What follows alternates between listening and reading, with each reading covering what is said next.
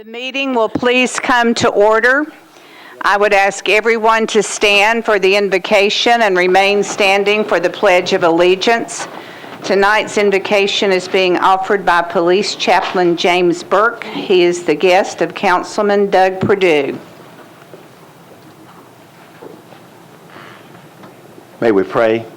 Gracious God, our Father, we thank you once again for this blessed day. We thank you for your love and your mercies that you grant us from day to day. God, we ask a special blessing tonight upon our mayor and our vice mayor, and thank God for this cabinet of council persons that you have assigned to govern our cities and make decisions. We ask you to continue to give them the wisdom and the guidance that would better help our city. God, we ask you to bless every department head that serve us well within this government. God, we ask your blessings upon every community in every walk of life within this county. And God, we ask you to bless this state and this United States. In the name of our Lord, we pray. Amen and amen. I pledge allegiance to the flag of the United States of America and to the republic for which it stands, one nation, under God, indivisible, with liberty and justice for all. Without objection, we'll suspend the calling of the roll and ask the clerk to record the names of the members present throughout the meeting.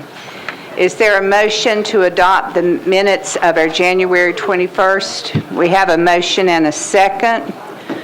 Without objection, the minutes will stand approved as written. Madam Clerk, are there any messages from the mayor? There are no messages from the mayor. Thank you. We'll now have a report from Rules and Confirmation. Councilmember Berry.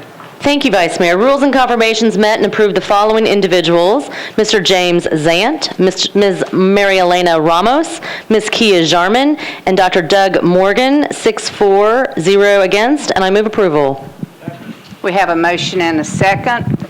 All in favor, please say aye. Aye. Opposed, no. Motion passes. When I call your name, please stand and remain standing. James Zant, Mary Elena Ramos, Kia Jarman, and Dr. Doug Morgan.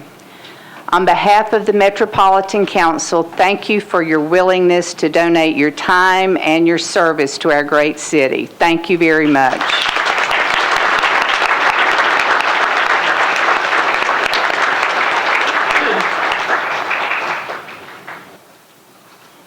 Councilmember Gilmore. Thank you, Vice Mayor. I would like to request a suspension of the rules to pull bill number RS 2014-986. Would you like to tell us the reason for the suspension? Yes, I would. This Friday is National Go Red Day, and it's the day where women all across the United States will be wearing red. And so by the time we filed the legislation, if we did it after then, it wouldn't have made the date for the 7th. So we are suspending the rules so we can honor them tonight before the 7th comes. So, is any objection to a suspension of the rules?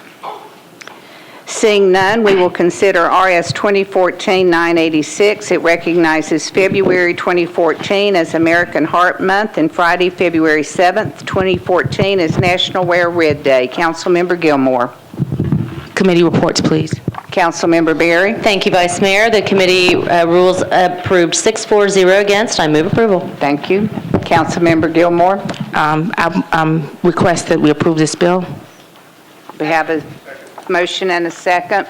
All in favor, please say aye. Aye. Opposed, no. Motion passes.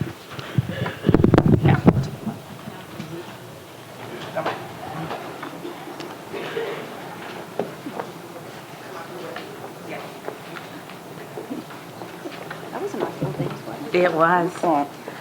I would like to thank the Vice Mayor for wearing red and the rest of my council members for Go Red Day. I would ask that you would stand. We have with us Patty Clement, and we also have Bernard Reynolds with us from the American Heart Association. Heart attacks are the #1 killers of women in the United States. So, A resolution recognizing February the 2014 as American Heart Month and Friday, February the 7th as National Wear Red Day. Whereas heart disease is the #1 killer of women, yet it is often preventable. And whereas cardiovascular diseases cause 1 in 3 women's deaths each year, killing approximately 1 woman every minute. Whereas an estimated 43 million of women in the U.S. are affected by cardiovascular diseases, and whereas heart diseases kills more women than all forms of cancer combined, but it is often undiagnosed. Whereas 90% of women have 1 or more risk factors for developing heart disease, yet only 1 in 5 women will go to the doctor to get checked out. Whereas women comprise only 24% of all participants in all heart-related studies, whereas since 1984, more women than men have died each year from heart disease, and the gap between men and women's survival continues to widen. Whereas women are less likely to call 911 for themselves, experience symptoms of a heart attack, than they are if someone else is having a heart attack. Whereas the American Heart Association's Go Red for Women movement has been impacting the health for women for more than 10 years, and 627,000 women's lives have been saved, and 330 fewer women are dying every day. Whereas in celebration of National Wear Red Day on February the 7th, which is known as Go Red for Women, is asking all women across America to go red by wearing red and speaking red. Get your numbers. Ask the doctor to check your blood pressure and your cholesterol. Stop smoking. Lose weight. Exercise and eat healthy. Realize, women, it won't happen unless you check yourself out to the doctor. Educate your family. Make healthy food choices for you and your family. Teach your kids the importance of staying active. Tell every woman you know about heart disease, and that is the #1 killer. I think we know this in the council office because everybody has on red tonight, so we're really excited about that. So may it be resolved that the Metropolitan Council hereby goes on record recognizing February the 2014 as American Heart Month and February the 7th, 2014 as National Wear Red Day. The Metropolitan Council Office is directed to prepare a copy of this resolution to be presented to the American Heart Association. This resolution shall take effect from this and after its adoption, the welfare of the metropolitan government and the Nashville-Davidson County. It's signed under my hand, Councilmember Gilmore, as well as with Councilmember Winter, who I thank so much for co-sponsoring this bill with me, Councilmember Allen, and all the other council members who participated tonight. I appreciate you so much for wearing red. So thank you so much. Do you have some words?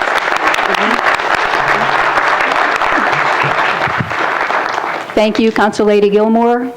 Thank you, all council members. Thank you very much. Thanks for supporting Go Red for Women and National Wear Red Day, and fighting the #1 killer of Tennesseans and American women. And wear your red this Friday. Thank you so much. Thank you. You have something to say? Again, let me reiterate our appreciation for the resolution.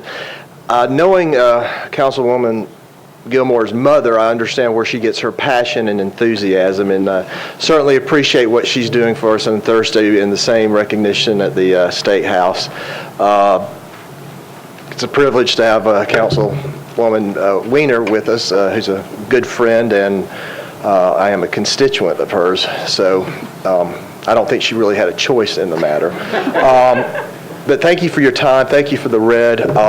Anything we, the American Heart Association, can do for you and the Metro government, we're here. Thank you again for your time, and have a great evening. All right, thank you so much. Thank you. We appreciate you so much, Patty. Thank you. Councilmember Garrett, did you wish to be recognized? Thank you, Madam Chairman. There is a bill on public hearing tonight.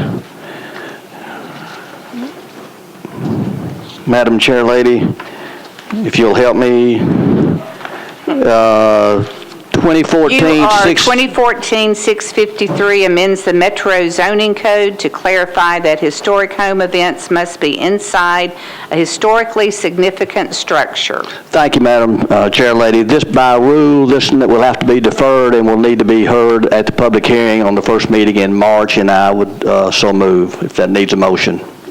We have a motion and a second that this will be deferred. Any other discussion? Seeing none, all in favor of the deferral, please say aye. Aye. Opposed, no. Thank you. Motion passes.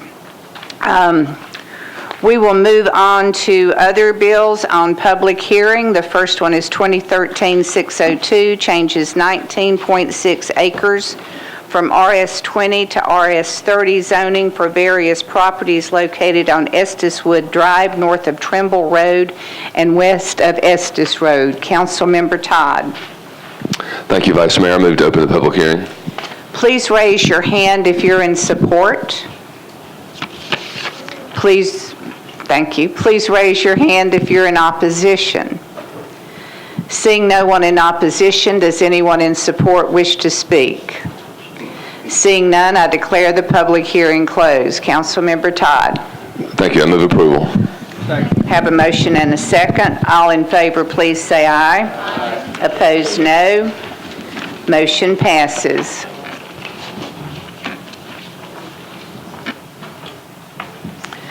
Next is BL 2013-622, changes 5.5 acres from R15 to IWD zoning for a portion of property located at 2487 Pulley Road. Councilmember Johnson.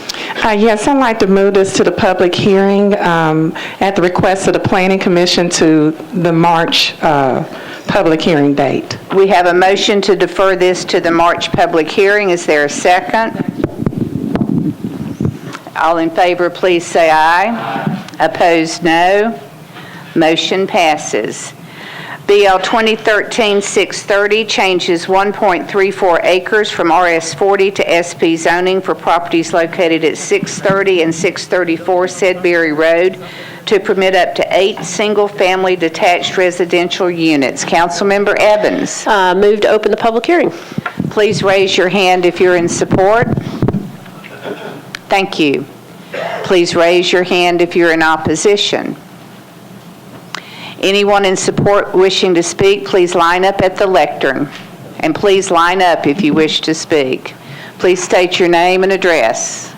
Thank you, Madam Chairman. I'm Roy Dale, Dale & Associates, civil engineer. I reside at 1657 Stokely Lane in Old Hickory. This is a zone change for a small piece of property on Sedbury and Post in more or less the Belmead area of Councilman Evans' district. This is only for 8 units. It's in an evolving policy that allows exactly what's being proposed. There have been some historic traffic issues in this area, although we're not necessarily required to mitigate those damages based upon only 8 units. We're actually going to be adding a turn lane that will allow people to benefit from that on this piece of property. It's situated along a roadway that is near an intersection that doesn't have very good stacking at this interchange, and we're going to put in more or less a bypass lane. And it's one of the things we've talked to the community about. We've had 3 community meetings. They've been very productive. I think we've come up with a plan that I think most of the people feel comfortable with. I know that Councilman Evans still has a few things that she needs to iron out, but I would encourage you to support Planning Commission's recommendation on this and vote for this on second reading. I'm a little under the weather tonight, so I'm not quite as not 100% here, so bear with me. But I appreciate it very much. We very much like working with Councilmember Evans. She's a very good land use person. She's very involved with her community. She's done an excellent job. Appreciate it. Anyone in opposition wishing to speak, please come to the lectern.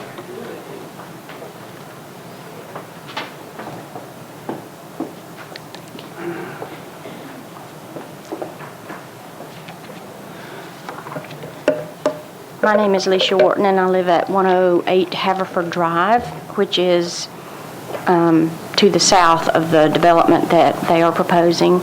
You may want to pull the microphone down just a bit and give us your name and address, please. Okay, it's Alicia Wharton. I live at 108 Haverford Drive, which is adjacent to this property to the south. We had 5 issues that we have been working with Councilman Evans and the engineers on this property, hoping to get language in the bill from the developer on 5 specific issues, one of which is the traffic, and that has the largest group of people that had a problem with it. And the traffic improvements they're proposing address the issues southbound, but they don't address the issues northbound because they don't have the property that's involved. They don't have the whole plot of land. There is a lot that it was originally 2 lots, and they've subdivided one of them, and they only have the one that's to the north, not the one that's to the south. And the safety issues that are involved in this intersection are to the south. And we would like to have some language that at a later time, this property be included in this development and address the safety issues that are on the southbound side. We also have some issues with the privacy buffer because these houses, the way they are placed in the plan, are so close to an electrical easement and the properties behind them. We're not seeing how there's a way to get a privacy buffer in there that's anything close to something that has been in the other developments in this area.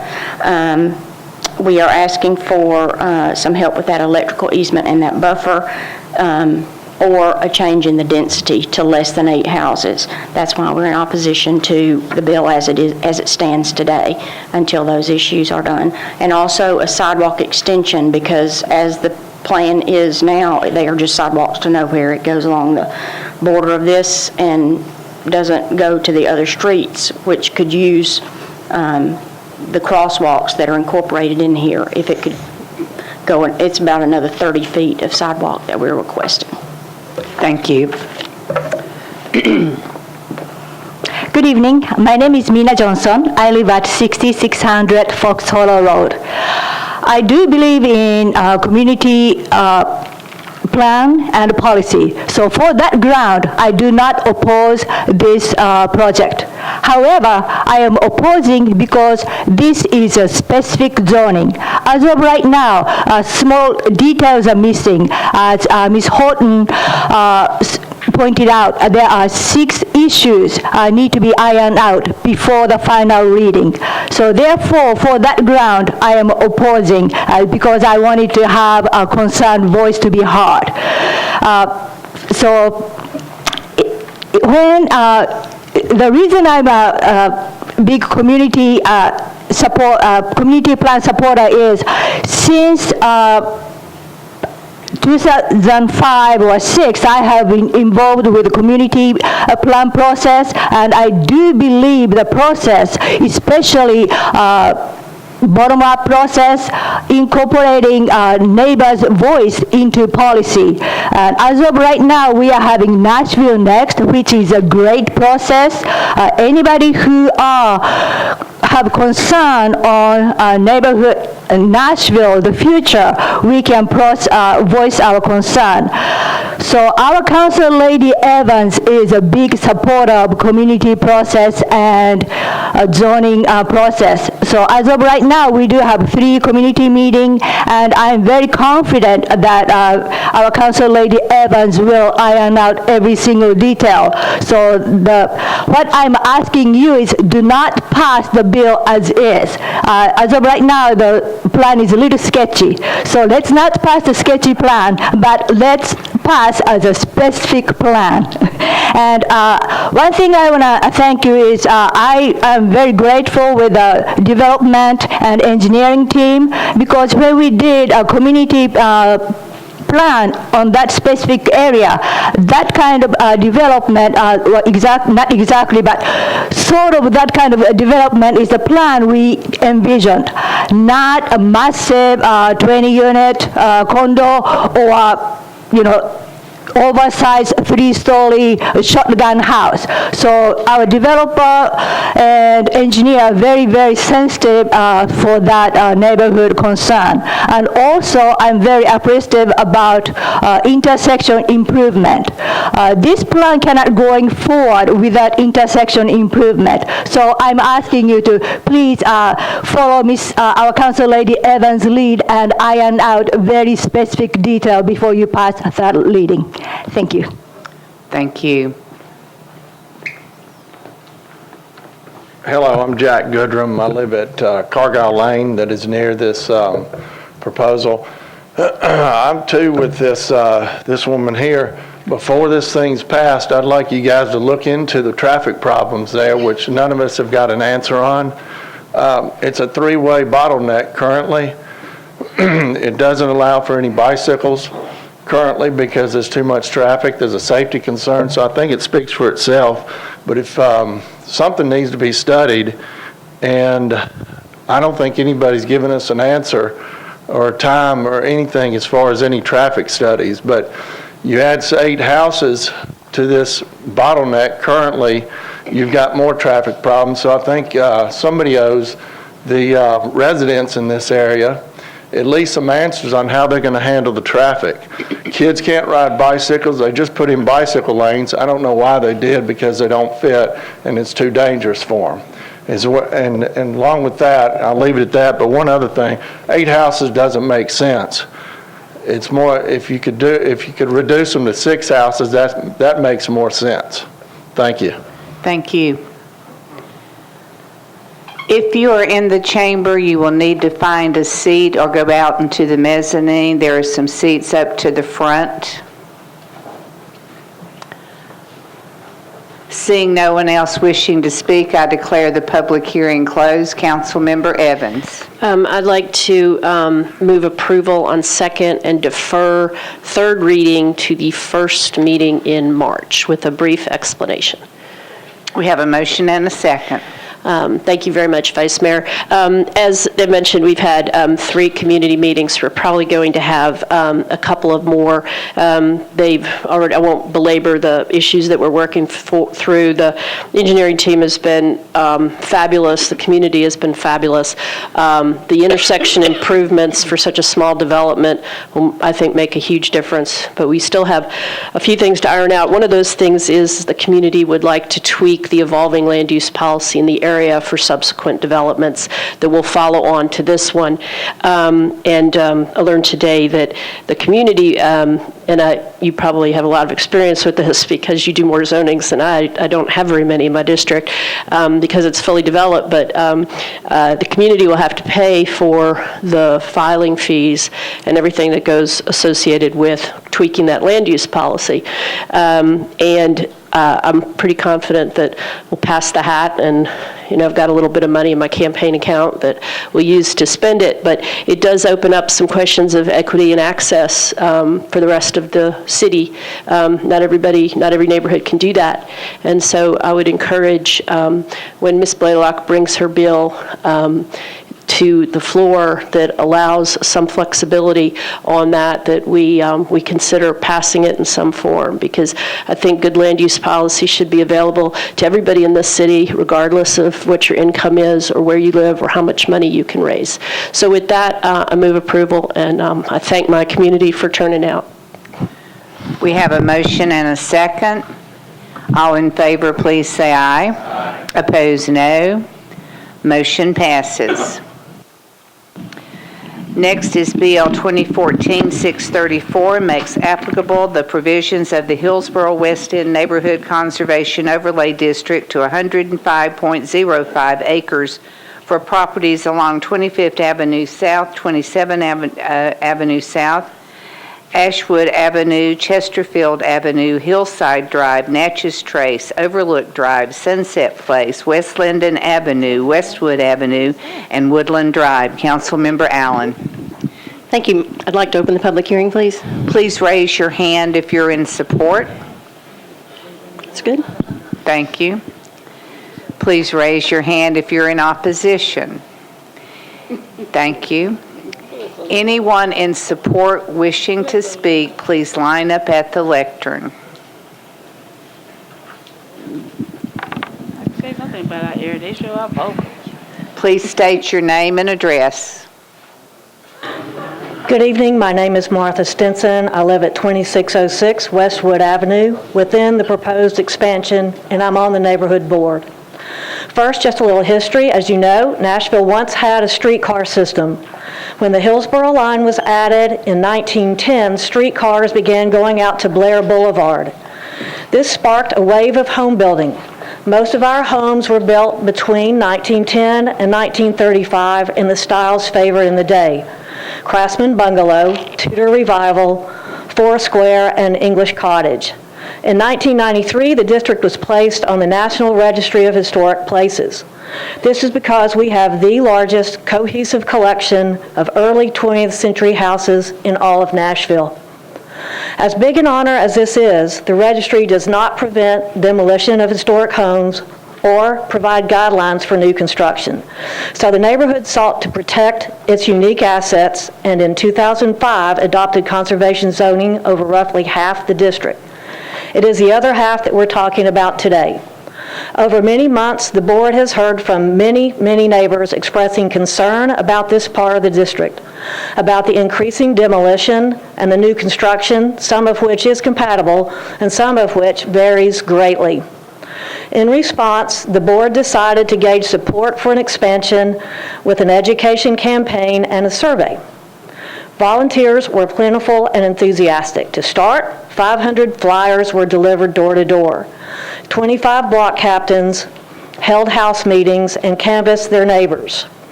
We launched a web page, published a full-page newsletter article, and mailed 2 mailings to all property owners.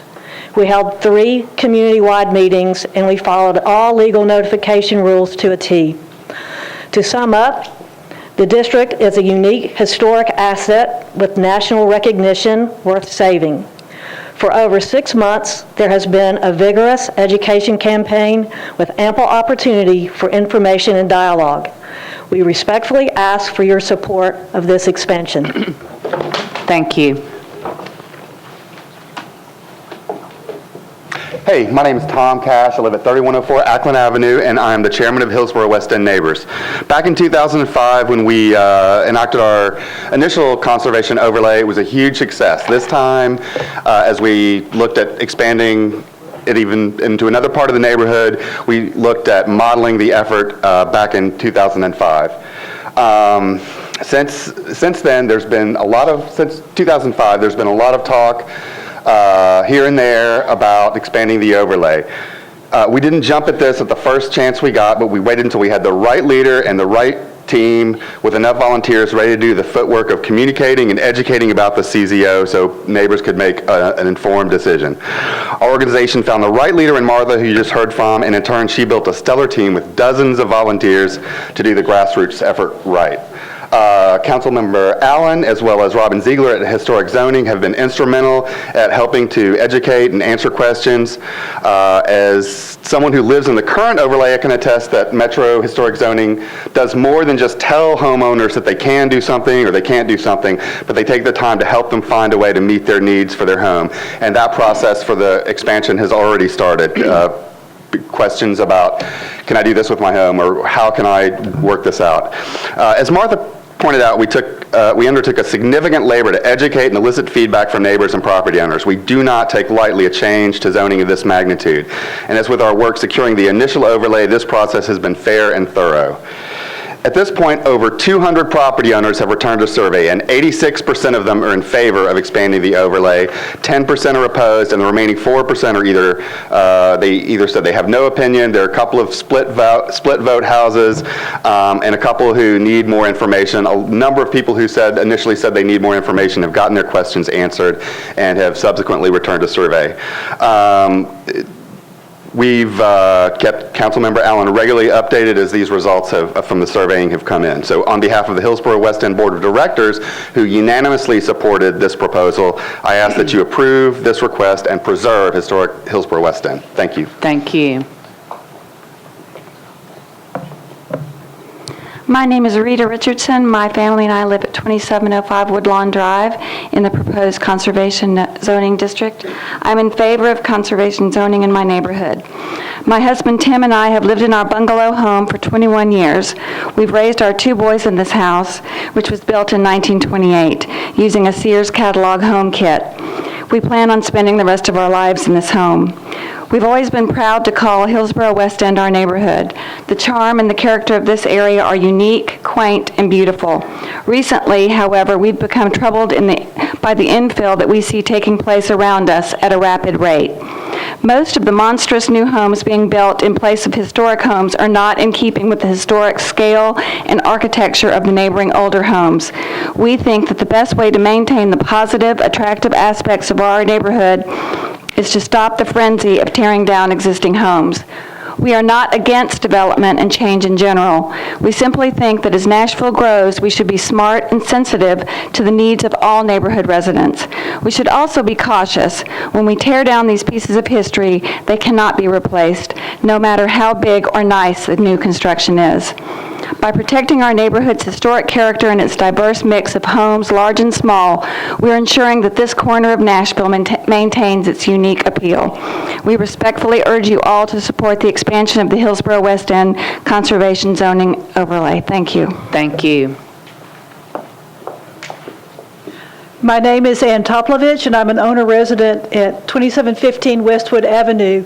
I'm not sure of protocol. As you can see, I and many of my neighbors are very enthusiastically in support of this and willing to speak, but I wonder if I should ask you if you feel like you have enough information at this point in support, and I and my fellow residents would be happy to yield the floor to the opposition. We just ask that you not be repetitious. All right. That you not repeat what a previous speaker has said. Okay, thank you. I support the proposed expansion zone of the conservation zoning overlay. I have lived in Hillsborough West End since 1980 when I was drawn to the neighborhood as a recent college graduate. The density of the area, availability of affordable housing, and closeness to universities and downtown was and still is exciting. I'm delighted that many people are now drawn to this historic neighborhood for the same reasons. As an environmental advocate, I believe denser neighborhoods close to the downtown core are much better for our future than big lot suburban developments. With 35% population growth for our county predicted between now and mid-century, proper planning encouraging densification is essential. But as a public historian by profession, I also believe that we must retain as much of the historic character of our urban neighborhoods as possible. In Hillsborough West End's case, it has been listed as a National Register Historic District since the 1980s, recognizing its distinctive character. However, with only half of the historic neighborhood currently protected by the CZO, in our unprotected half, speculators are tearing down habitable historic houses of 1,200 to 2,000 square feet and replacing them with towering out-of-scale houses of 5,000 square feet or more. This rampant teardown activity is not providing quality infill or adding density. It's only destroying the character of our neighborhood. I ask you to please support the CZO's expansion so that we may appropriately guide new construction in our neighborhood. This will encourage compatible infill construction while curtailing unnecessary demolition that replaces sound, affordable, and historic building stock with oversized, very expensive houses that do not enhance the density of our neighborhood. Thank you very much. Thank you. Thank you very much. My name is Christopher Sirkin. I live at 2111 Sunset Place. I also teach land use and property law at Vanderbilt University.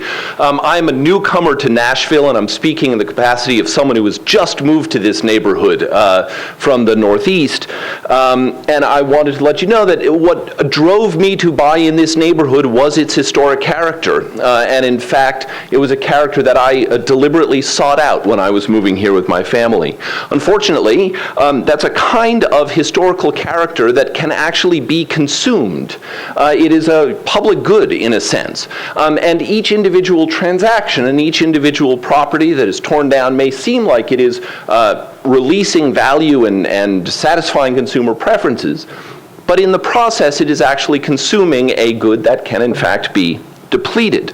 And it seems to me that ultimately the real question here is how do you respond to such obvious consumer demand for this neighborhood? On the one hand, you might think the regulatory goal should be to satisfy those consumer preferences.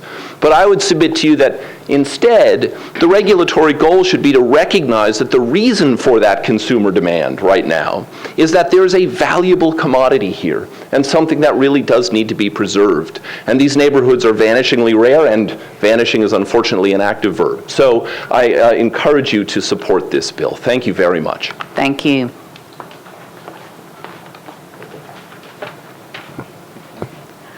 Good evening. My name is Sylvia Sherritt Newman. I'm a member of the board of Hillsborough West End Neighborhood Association, and I live at 2700 Westwood Avenue in the proposed CZO expansion area. I am here on behalf of my husband and myself to enthusiastically support the expansion of the conservation overlay and to ask for your support. When my husband and I had the opportunity to relocate to Nashville in 2010, we asked our realtor to only show us homes in older city neighborhoods which were walkable, near public transportation, and which retained their original neighborhood feel. We quickly realized that Hillsborough West End, with all it had to offer, was where we wanted to live. But equally appealing to us was the neighborhood's listing on the National Register of Historic Places and its large number of intact pre-World War II homes. We were impressed, too, that the neighborhood valued its historic nature and preserved it with a conservation zoning overlay. We purchased a 1928 Tudor Revival house on a street full of similar homes, but were dismayed, however, to discover that the home we purchased was not in the existing CZO. While we all agree that increased housing stock and diversity of that housing in the city core is essential to the growth of Nashville, the infill we have seen since moving here has become alarming. Without the protection of the expanded CZO, the infill in our neighborhood will continue haphazardly, with historic homes increasingly being demolished. If left as is, our quaint, desirable, early 20th century neighborhood will cease to exist. An expanded conservation overlay will bring continuity of protection across the neighborhood, guide sensitive growth, and leave an intact treasure for future generations to enjoy as we have. Thank you for your service to the city, and thank you for considering this important issue. Thank you. Good evening. Thank you for this time, for allowing us to speak about why our neighborhood's important to us and why the architecture is too. My name is Hunter Moore. I'm a resident of 2115 Natchez Trace. I currently serve as Vice Chairman of the Hillsborough West End Neighborhood Association. I also own a rental property in Hillsborough West End. I support the proposed expansion of the conservation zoning overlay for our neighborhood.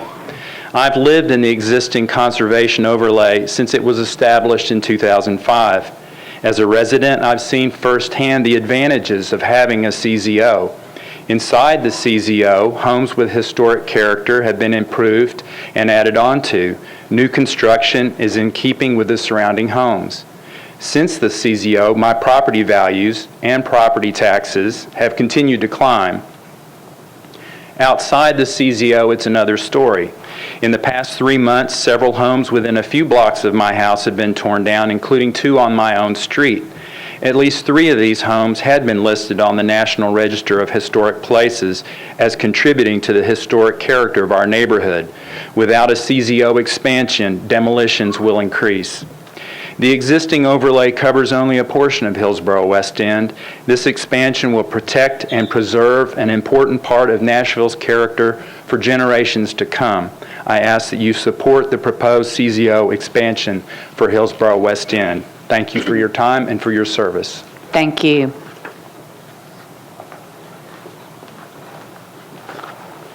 Hello, my name is Mary Skinner. I live at 2115 West Linden Avenue. I'm also on the board of the Hillsborough West End neighborhood. And to honor your request, I don't want to repeat anything that you've heard before. I just want to add this. I work in the tourism industry, and I work very closely with the Nashville Convention and Visitors, can't say Bureau anymore, Convention and Visitors Corporation, and the Tennessee Department of Tourism. We often bring travel writers, and one of the places they love to visit is our neighborhood. They love to see the residences, they love to see the village, and to take away from the historic charm and character would really be detrimental to this city, to tourism and our economy. Thank you for your time. Thank you. Good evening. My name is Greg Asadorian. I live at 2113 Ashwood Avenue. I also own a rental property at 2115 Ashwood Avenue. And the point that I wanted to share this evening is that I am both a resident and a landlord in the community, and I believe that the CZO enhances the quality of our neighborhood, and for that reason I support the expansion of the zoning overlay. Another point I wanted to add is that I chose to move to this neighborhood because it's an established neighborhood, yet behind my house, 10 new houses have gone up on Sunset Place in the past 2 years. More are on the way. I feel like I live in a new development, yet my neighborhood began almost 100 years ago, and it is indeed changing the complexion of the neighborhood. Just another anecdote to add to the numerous examples we've heard this evening. I encourage you to support the overlay. Thank you. Thank you. My name is Daphne Walker, and I live at 2613 Ashwood Avenue in the neighborhood that we're considering for conservation zoning overlay. I support the conservation zoning overlay. I came to this neighborhood in 1978 as a new bride.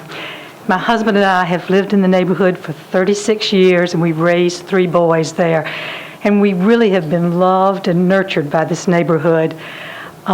What I want to communicate clearly to you is sort of hard to do because it's a mystery. It's a mystery of the canopy of beautiful old growth trees that is in our neighborhood that are being cut down at just an alarming rate for new construction. It's a mystery of my garden that sits between my little 1926 bungalow and 2 very large houses that have been built on what was once a single lot. That garden is now gone. It used to raise the most beautiful tomatoes and pumpkins that neighborhood kids came and picked.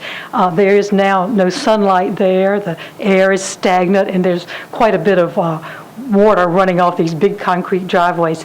I want our neighborhood to grow, but it desperately needs some sort of guidelines, and I feel like the conservation zoning overlay provides excellent guidelines. Thank you. Thank you.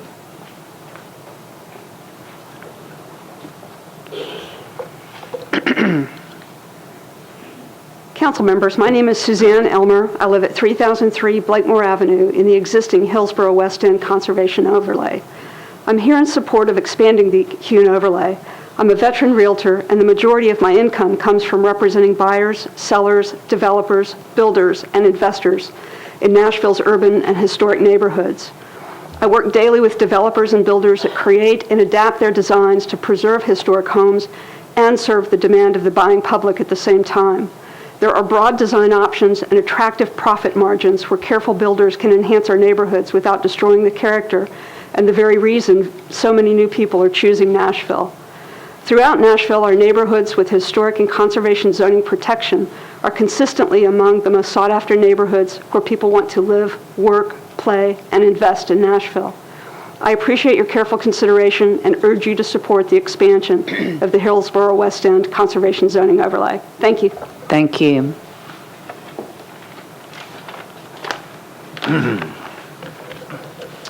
Good evening. My name is Art Stinson. I live at 2606 Westwood Avenue. I resided there for 23 years.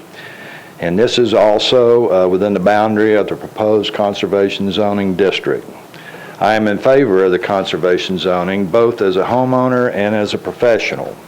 My company is a design build firm, and a large part of our work involves residential additions, renovations for homeowners. I have worked in areas that have CZ, and I have worked in neighborhoods that don't have it. In the Hillsborough West End neighborhood, the benefits of CZ in terms of protecting our historic resources will be great. But of course, our neighborhood is not a museum. It needs to be vital. It must change and grow in response to the housing market and in response to the needs of its residents. CZ will allow that change to occur in a way that maintains the value of the neighborhood. With the CZ overlay, homeowners will have many options of renovating and expanding their living spaces. Most residential additions are built on the rear of existing houses, and the CZ will not affect this type of addition minimally or not at all.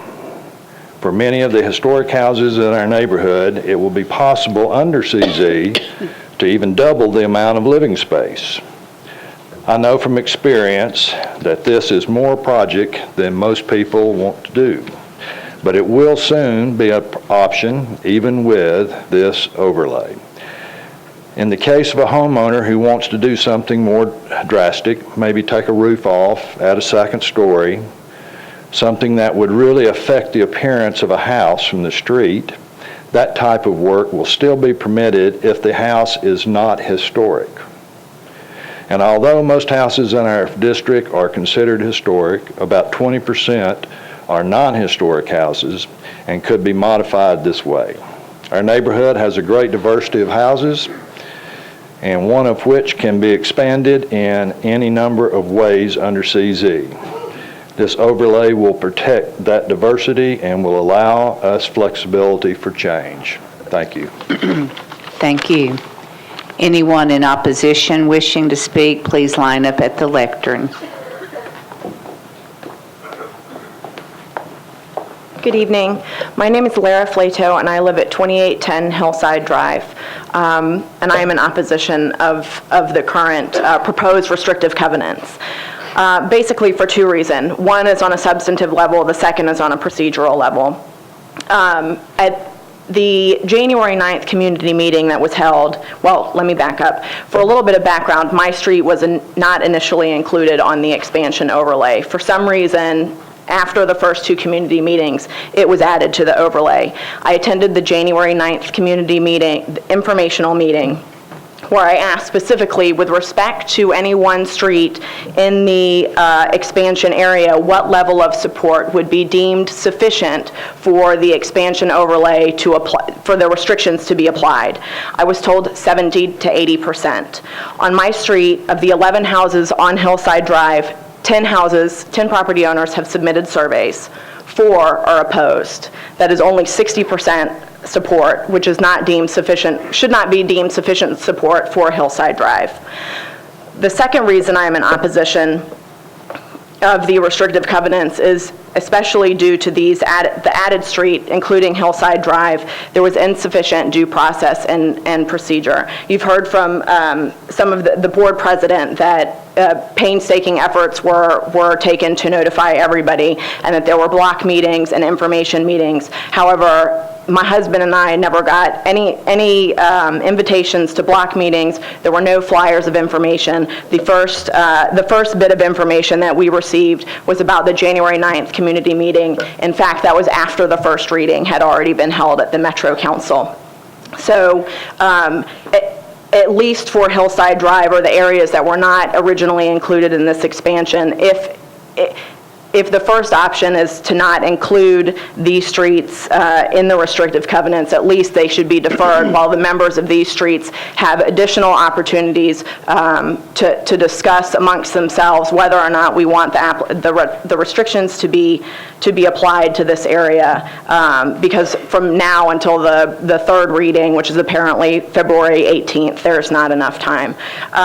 Additionally, and just as an aside, you heard members say that there were informational meetings, and informational would be a very strong word. In fact, it was very misleading.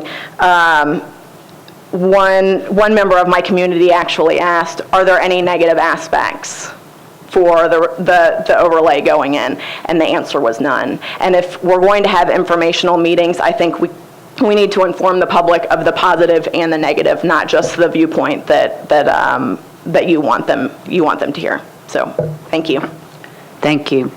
Seeing no one else wishing to speak, I declare the public hearing closed. Councilmember Allen. Thank you, Madam Vice President. I'd like to move for approval with a brief explanation. We have a motion and a second. Thank you. Councilmember Allen. Yes, ma'am. I would like to point out that, as you've seen, there's very strong support for this. I appreciate all the neighbors who have come out to speak. There were some streets that were added later after the process started at the request of neighbors on those streets. We tried our hardest to make sure that those neighbors felt like they had been included in all the information. Clearly, we have one street that feels like they still need more information. I will be meeting with those neighbors in a block meeting in the next week or two before the third reading. So I would ask for your approval tonight, and we'll plan to continue on this schedule with the intention of meeting with those neighbors to try to deal with their questions. We have a motion and a second. All in favor, please say aye. Aye. Opposed, no. Motion passes. BL 2014-635 changes 106 acres from R10 to RS10 zoning for properties along April Lane, Brewer Drive, Delvin Drive, Park Court, Raywood Lane, Rich Court, Tusculum Road, and Wessex Drive, and a portion of properties located at 5106 Nolensville Pike, 5200 Nolensville Pike, and 5114 Nolensville Pike. Councilmember Blaylock. Thank you. I move to open the public hearing. We'll need to see the slides first. This is a request for a zone change from 1 and 2 family residential, which permits single-family dwellings and duplexes, to single-family residential zoning, which only permits single-family units. And the Planning Commission recommendation was to disapprove. The area outlined in red is to the east of Nolensville Pike and south of Tusculum Road. The policy is residential low-medium. And the Planning Commission evaluated several critical planning goals, including housing diversity, infill development, and transportation options in their decision to disapprove the zone change request.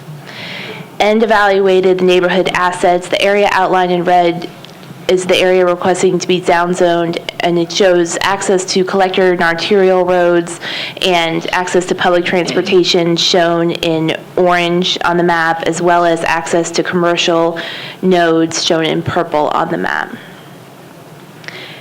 And for those reasons, the Planning Commission recommendation was to disapprove. Okay, now we will open the public hearing. Please raise your hand if you're in support. Thank you. Please raise your hand if you're in opposition. Seeing no one in opposition, does anyone in support wish to speak? Please come to the lectern and state your name and address.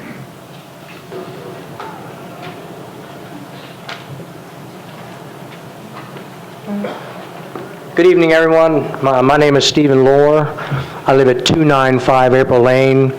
I am the leader of the East Tusculum Neighborhood Watch Group. Quite simply, I don't have a fancy speech prepared for this evening. I just come to give my neighbors a voice. The majority of my neighbors that live in this neighborhood are the neighbors that built these houses back in the 1950s and 60s, and they're still there today, some 50-some years later. Because of their age, a lot of them are not comfortable coming out at night to come down here, so I really just wanted to be their voice. We took this idea to my neighbors, and we went door to door, and I have a petition with over 60 signatures signed by my neighbors in support. You can give it to the Sergeant at Arms, please. Thank you. Just showing support for this rezoning to preserve this neighborhood, because it's no secret that when you start getting rental properties and duplexes in a neighborhood, the neighborhoods depreciate and go down, they don't go up. And I made a promise to my neighbors that I would help preserve what they started back in the 50s and 60s. And I appreciate your time and consideration very much. Thank you. Thank you. Seeing no one else wishing to speak, I declare the public hearing closed. Councilmember Blaylock. I move for approval.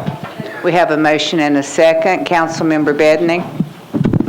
Yeah, her district is right next to mine, and I was just wanted to stand in support on her request. I think it's good. It's going to have a positive impact in the community, so just want to make sure I'm on the record supporting what she's trying to do. Thank you. All in favor, please say aye. Aye. Opposed, no. Motion passes. Thank you. Next is BL 2014-636, changes 5.46 acres from CS to SP zoning for property located at 1208 60th Avenue North to permit up to 60 residential dwelling units. Councilmember Baker. Thank you, Vice Mayor. Wish to open public hearing, please. Please raise your hand if you're in support. Thank you. Please raise your hand if you're in opposition. Thank you. Anyone in support wishing to speak, please line up at the lectern.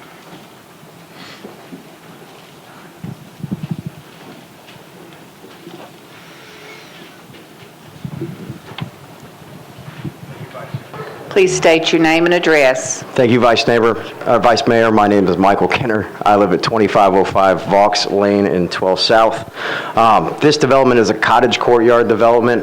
It's actually modeled after the cottage regs that you guys, the council members, tried to adopt a few years ago that came out of Kirkland, Washington. We actually are using some of the same architectural references to replicate that same design feature and everything, and this will have the common courtyards down the middle that kind of give it that feeling of community and give it that feeling where people can come together. We've also incorporated community gardens and a dog park in this site. We worked really hard. We've had several community meetings with the neighborhood. We've had full council support from our local council member, and up until tonight, I thought we had full neighborhood support. So at that note, I'll let the neighbors speak for it. Okay, thank you. Jeremy Jeter, President of Nations Neighborhood Association, resident 5210 Illinois Avenue. I won't take much of your time on this one. I'd like to applaud the developer on this one for working with the neighborhood to create a comprehensive SP. He's attended numerous neighborhood meetings even before he went to planning. With this particular project, he's taken into all concerns, thoughts, opinions of every neighbor that's attended these meetings, and he's done his best to work with the neighborhood to create an SP that's not only beneficial for him, but for the neighborhood as well. Thanks. Thank you. Anyone in opposition wishing to speak, please line up at the lectern. State your name and address.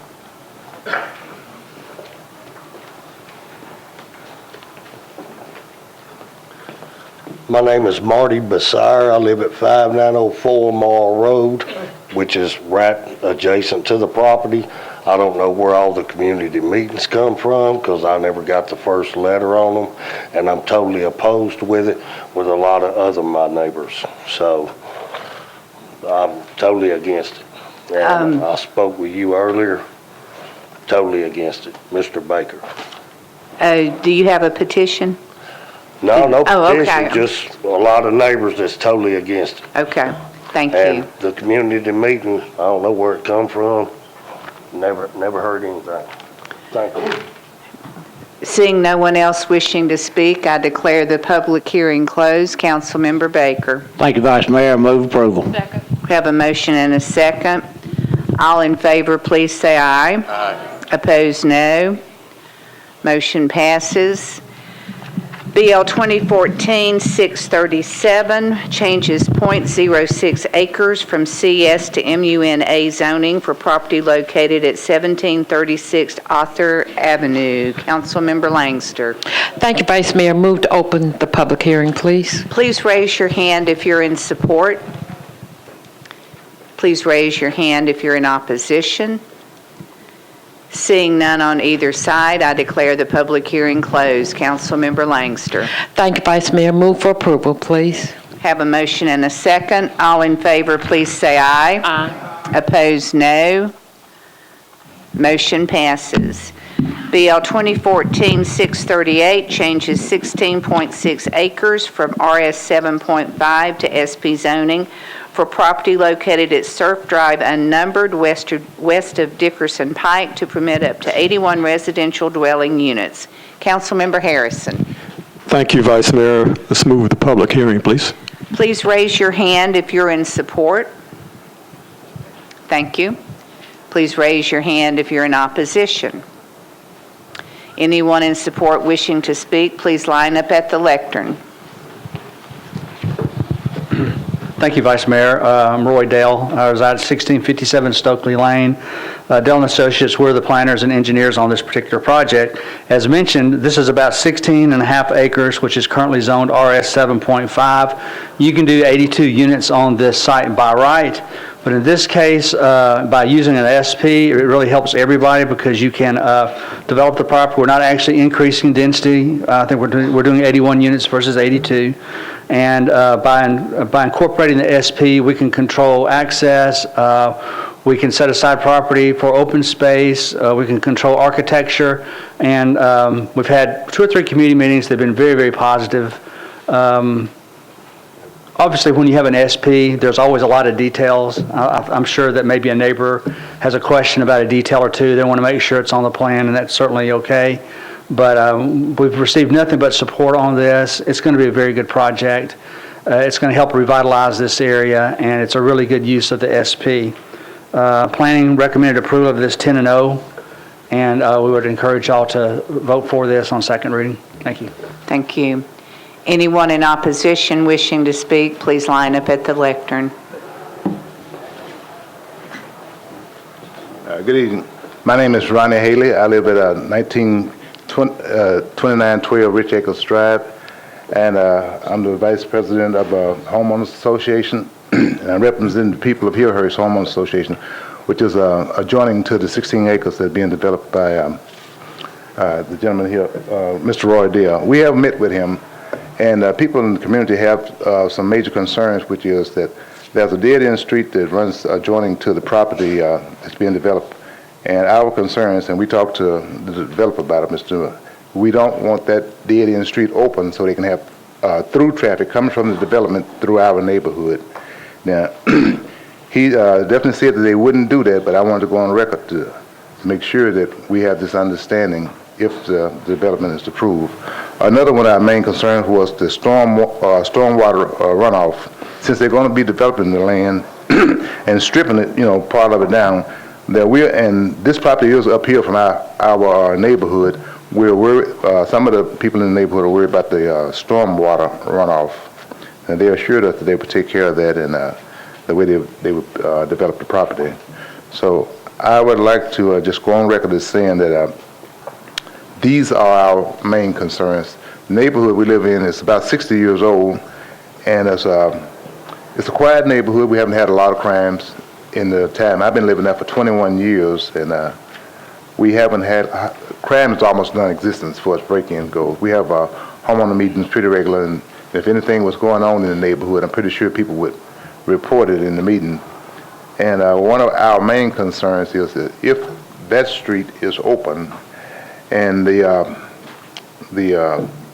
amount of units that are being built, people are allowed access to our neighborhood, then this would increase the crime in our neighborhood, which is our main concern. So as long as we can have the wording in this agreement that Surf Drive is not open, then we can go along with the development of it. It's just a neighborhood that's adjoining. We have a pretty good buffer between us and the developing units of property where it's been developed at. So thank you for your time. Thank you. Seeing no one else wishing to speak, I declare the public hearing closed. Councilmember Harrison. Excuse me, Vice Mayor, I'd like to show the slides for the benefit of individuals who might be interested in seeing that those issues that they were talking about may be addressed.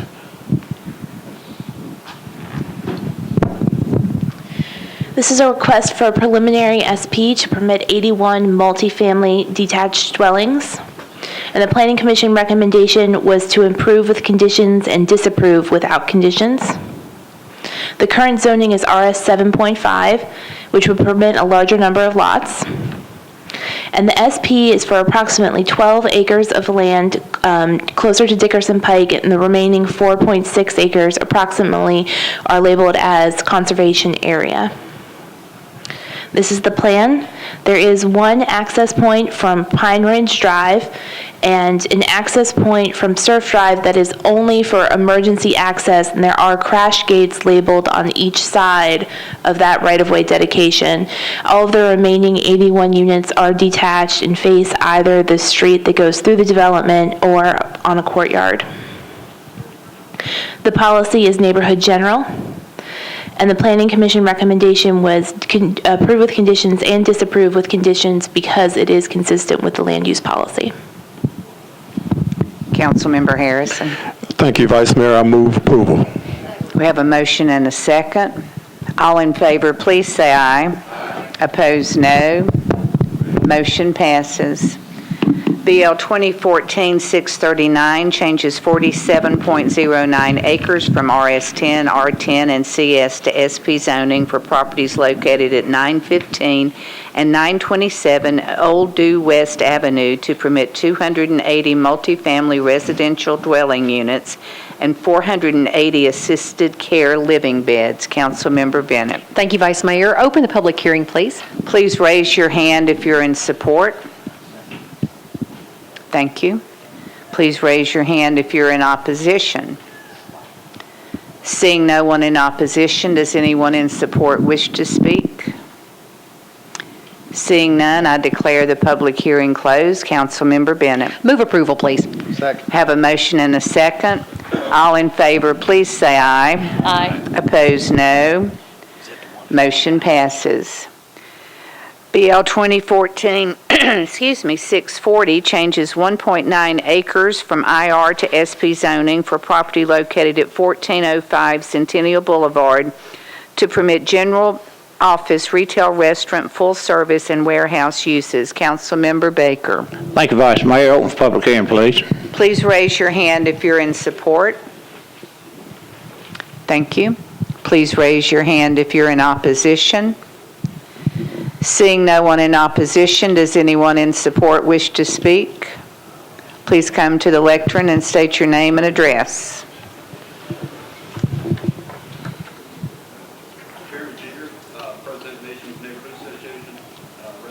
210 Illinois Avenue.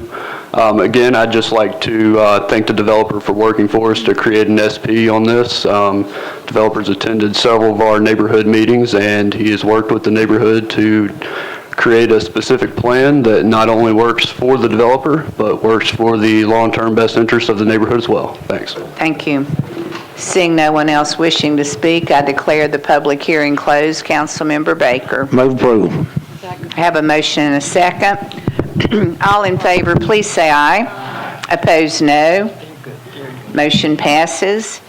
BL 2014-641 changes .28 acres from CL to MUNA zoning for property located at 1104 Stratton Avenue. Councilmember Westerholm. Thank you, Madam Vice Mayor. I move to open the public hearing. Please raise your hand if you're in support. I see you. Please raise your hand if you're in opposition. Seeing no one in opposition, does anyone in support wish to speak? Seeing none, I declare the public hearing closed. Councilmember Westerholm. Move approval. We have a motion and a second. All in favor, please say aye. Aye. Opposed, no. Motion passes. BL 2014-642 changes 1.77 acres from AR2A to MUL zoning for property located at 212 Franklin Limestone Road. Councilmember Dominy. Thank you, Vice Mayor. Move to open the public hearing. Please raise your hand if you're in support. Please raise your hand if you're in opposition. Seeing none on either side, I declare the public hearing closed. Councilmember Dominy. Move approval. We have a motion and a second. All in favor, please say aye. Opposed, no. Motion passes. BL 2014-643 changes .73 acres from RS5 to SP zoning for property located at 95 Glen Rose Avenue to permit general office, warehouse, and retail uses. Councilmember Moore. I move to open the public hearing, please. Please raise your hand if you're in support. Thank you. Please raise your hand if you're in opposition. There's no one in opposition. Would anyone in support wish to speak? Seeing none, I declare the public hearing closed. Councilmember Moore. I move for approval. Have a motion and a second. All in favor, please say aye. Aye. Opposed, no. Motion passes. BL 2014-644 changes .22 acres from RS5 to MUL A zoning for property located at 603 26th Avenue North. Councilmember Langster. Thank you, Vice Mayor. Move to open the public hearing, please. Please raise your hand if you're in support. Thank you. Please raise your hand if you're in opposition. Seeing no one in opposition, does anyone in support wish to speak? Seeing none, I declare the public hearing closed. Councilmember Langster. Thank you, Vice Mayor. Move for approval, please. We have a motion and a second. All in favor, please say aye. Aye. Opposed, no. Motion passes. Thank you. Next is BL 2014-645, changes .21 acres from R6 to RM20A zoning for property located at 707 44th Avenue North. Councilmember Baker. Thank you, Vice Mayor. Open public hearing, please. Please raise your hand if you're in support. Thank you. Please raise your hand if you're in opposition. Please raise your hand if you're in opposition. Seeing no one in opposition, does anyone in support wish to speak? Seeing none, I declare the public hearing closed. Councilmember Baker. Move approval. We have a motion and a second. All in favor, please say aye. Aye. Opposed, no. Motion passes. Without objection, we can take BL 2014-646 and 647 together. 646 changes 17.1 acres from OL to AR2A and 6.38 acres from CL to CS for property located at 7435 Old Hickory Boulevard. 647 cancels the Lindsay Heights Commercial Plan Unit Development Overlay District located at 7435 Old Hickory Boulevard. Councilmember Hunt. Thank you, Vice Mayor. Please open the public hearing. Please raise your hand if you're in support. Thank you. Please raise your hand if you're in opposition. Seeing no one in opposition, does anyone in support wish to speak? Seeing none, I declare the public hearing closed. Councilmember Hunt. Thank you, Vice Mayor. Move for approval, please. We have a motion and a second. All in favor, please say aye. Aye. Opposed, no. Motion passes. BL 2014-648 changes .21 acres from MUGA to SP for property located at 1004 Gallatin Avenue to permit an animal boarding facility and all other uses permitted by the MUG zoning district. Councilmember Scott Davis. Thank you, Madam President. I'd like to open the committee, open the public hearing. Please raise your hand if you're in support. Thank you. Please raise your hand if you're in opposition. Seeing no one in opposition, does anyone in support wish to speak? I declare the public hearing closed. Councilmember Davis. Thank you, Vice Mayor. I'd like to move the bill for approval with a brief explanation. We have a motion and a second. I just want to thank the Planning Department for their hard work on this particular matter and this bill, and just thank you for your support. We have a motion and a second. All in favor, please say aye. Aye. Opposed, no. Motion passes. BL 2014-649 changes .65 acres from RS10 to SP zoning for property located at 69 Thompson Lane to permit general office and residential uses. Councilmember Tenpenny. Thank you, Vice Mayor. I'd like to open the public hearing. Please raise your hand if you're in support. Thank you. Please raise your hand if you're in opposition. Seeing no one in opposition, does anyone in support wish to speak? Seeing none, the public hearing is closed. Councilmember Tenpenny. I move for approval. We have a motion and a second. All in favor, please say aye. Aye. Opposed, no. Motion passes. BL 2014-650 changes 6.1 acres from CS to RM20A zoning for properties located at 5701 Louisiana Avenue, 5701 California Avenue, and California Avenue unnumbered, north of Moreau Road. Councilmember Baker. Open public hearing, please. Please raise your hand if you're in support. Thank you. Please raise your hand if you're in opposition. Thank you. Anyone in support wishing to speak, please line up at the lectern and state your name and address. Vice Mayor, neighbors, members of the council, my name is Tom White. I live at 36 Old Club Court. I represent the applicant in this case. This is a proposed zoning from commercial to multifamily. It's about 6.1 acres, and I think all the members of the council have been handed pictures which show what the site looks like currently versus what's proposed on the elevations for the site.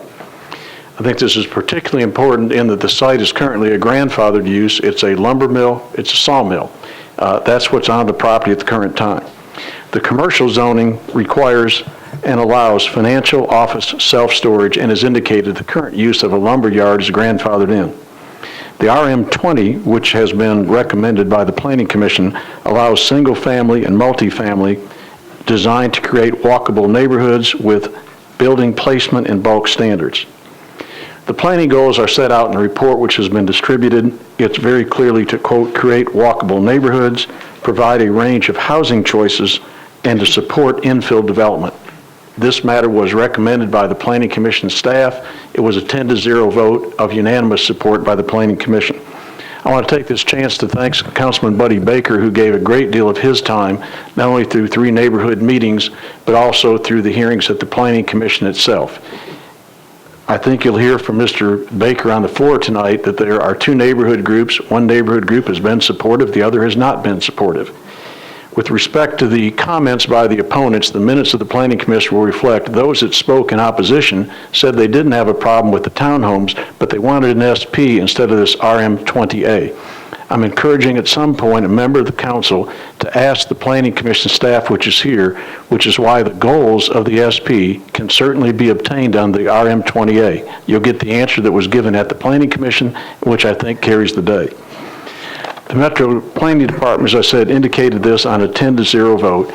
I do think there are some very bright, educated people here that may not like this proposal. I think it's in part because they don't understand that the SP protections can be had under the RM20A. With respect to the requirements, it's not only in conformity with policy, but you need to build to the street. You have mandatory parking in the rear or on the side, not in the front, and is a requirement for a greater urban setting. One of my clients, Mr. Hostetler, will address the council tonight. He's built a great number of projects in the city, and often this council hears, I bought in a neighborhood, I saw a bunch of green trees, I thought it would be there for a long time. This is the exact opposite. People bought in this neighborhood, saw a 6-acre lumber yard and sawmill, and you're going to some quality townhomes on the site. That clearly is indicative of support for this particular matter. Again, I'd encourage you to ask the staff why the requirements of the SP and those goals can be obtained under this A district. Ask you to support this evening. Thank you for your courtesies. I'm Bill Hostetler with Craighead Development. I live at 3504 Abbott Martin Road, Nashville. I'll try not to copy what Tom said, but I'm here to promise that I'll build townhomes out of brick and hardy plank, as the pictures I've given the council here. I'm trying to build something that's affordable, between $40,000 and $75,000 a year in income for people that want to stay close to the city. I've done 20-plus projects in this city over the last 20 years from start to finish. I'm not a flipper, and I would like to build this product. And I'll sit down. Thank you. Thank you. Hello, my name is Paul Budslick. I live at 908 Marengo Lane. I'm a property owner in the area. I own 712 51st, which is now the Stone Fox, as well as 5115 Centennial Boulevard, which is another project we're working on. I also have a business on White Bridge Road. I've taken interest in the neighborhood due to the properties I own. I attended a neighborhood meeting that Buddy helped host. It was called a group called the Light of the Nations. Everybody in the meeting was for the project, and we're excited about the opportunity of having a quality townhome development in the neighborhood. Thank you. Thank you. My name is Tom Summers, and I live at 2300 Elliott Avenue in historic Waverly Place, which is a very nice neighborhood in Councilwoman Moore's district, and she's a good friend of mine, and I'm really glad to be here tonight. The reason I'm here is that Mr. Hofstadler's company built a development right across the street from where we live, and the house I live in is 130 years old, and it's been restored, and it's on a nice lot, and his development has greatly enhanced our neighborhood and has increased my property value, and I'm grateful for that. As a result of that, I pay more taxes now, but I'm glad to pay the taxes. And we also have noticed so many things, and when they developed this property, they saved trees, and they did some beautiful landscaping now. They have very good traffic flow around the development, and they took in consideration architecture of the condominiums to match the architectural style of the neighborhood. So all in all, I can say it is just very well done, and they are very good neighbors, the new people who live there, and everyone is getting along very well. In the last 2 weeks when we've had some of the ice and snow, the development has actually salted the street in front of our house and cleared some of the snow away, and we're grateful for that. So I want to speak on behalf of the quality of Mr. Hofstadler's work. Thank you. Thank you. Those in opposition wishing to speak, please line up at the lectern.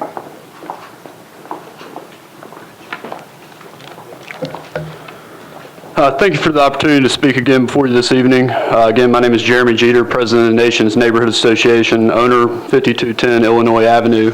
I stand here tonight with a large group of my neighbors asking you to vote against the rezoning of this property from CS to RM20A. As not all our neighbors could be present this evening, we have also collected signatures from over 300 neighbors petitioning Metro Council to vote against this rezoning. I believe you have electronic copies of those signatures. You can give them to the Sergeant at Arms, please. I'd also like to point out that no one that spoke in support of this rezoning lives in the Nation's neighborhood. As many of you know, the Nation's neighborhood has experienced dramatic growth and revival. Recently, there have been numerous large-scale developments come down the pipeline, with the exception of one of these developments, which I'll address towards the end of my speech here. All of the large-scale developments have been done with an SP or specific plan. The developers for the Jackson Masonry site, Tennessee Avenue Cottages, 51st Illinois Mixed-Use Development, 60th Avenue Cottages, Dollar General, and even the Tennessee Contractors, some of which are on your agenda this evening, have all worked with the neighborhood to create comprehensive SPs. They have met with us, worked with us, heard our thoughts, opinions, and recommendations, and created SPs that the neighborhood is in support of before going forward to planning. These SPs outline everything in detail from the site plan, building design, building materials, building height, number of units, guaranteed parking spaces, green space, landscaping, streetscaping, sidewalks, restriction of percentage of rental units, etc. In fact, an SP is the only way a neighborhood has to fully protect itself when it comes to rezoning for a large-scale development. Ask yourself this: if a large-scale parcel in your neighborhood was about to be rezoned for a large-scale development, wouldn't you want to know what it's going to look like? Wouldn't you want to know what the building materials are going to be? Wouldn't you want to know if it's going to fit in with the existing fabric of your community? These are all questions the developer for this property has largely refused to answer. So far, our neighborhood has seen nothing but a bunch of lines and boxes on a piece of paper claiming that he wants to build a 100 townhome development. Like any other neighborhood in this city, our neighborhood deserves to know what's going to be built. We deserve not to be kept in the dark and just have to accept whatever's built. We're not asking for anything other than the developer working in our neighborhood. We're not asking anything other than the developers that have currently been working in our neighborhood have been more than willing to do. We're not here to fight against development. We're just wanting development done with full disclosure and done the right way. In closing, I want to bring back up the exception to the SP that I mentioned earlier. You should all have a picture that I had distributed today. This is what happened the last time that our neighborhood went down this same road and an SP was not required. I don't think any of you in this room would want to wish this building upon your constituents in your respective districts. I hope you all have this picture of this building. Thank you. Thanks for your time.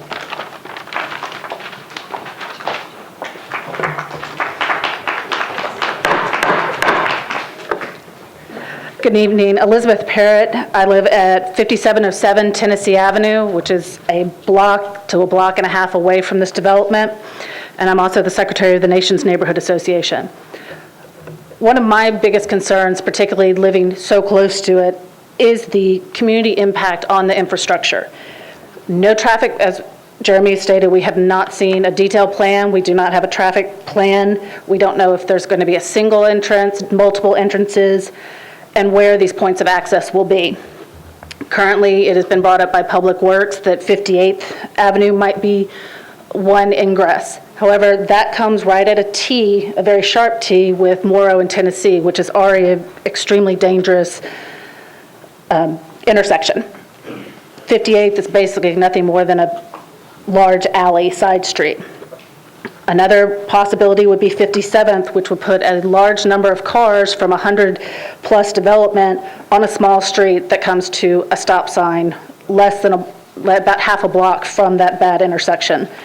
So we already have problems at that intersection. It would just create more, and then he could go out 70th where there's a stop sign and potential for a light there. But again, we have no idea what he plans because we have not seen anything in detail or in writing. Not only would this increase traffic inconvenience residents, the potential danger to children and pets for those who aren't paying attention or speeding is just going to escalate.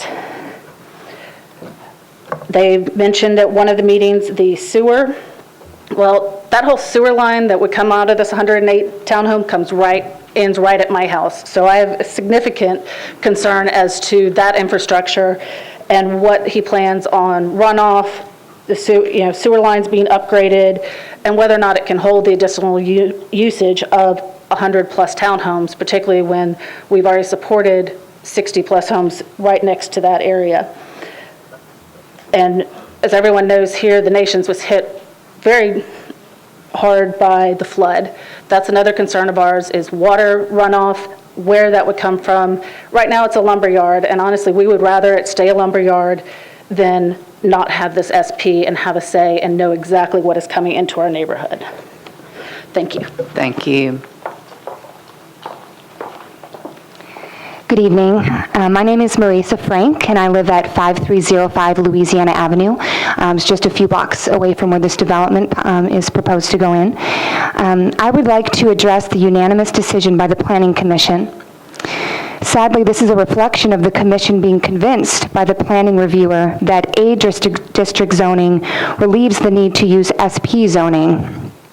Certainly by the public outcry in this bill, we can see that this is not true.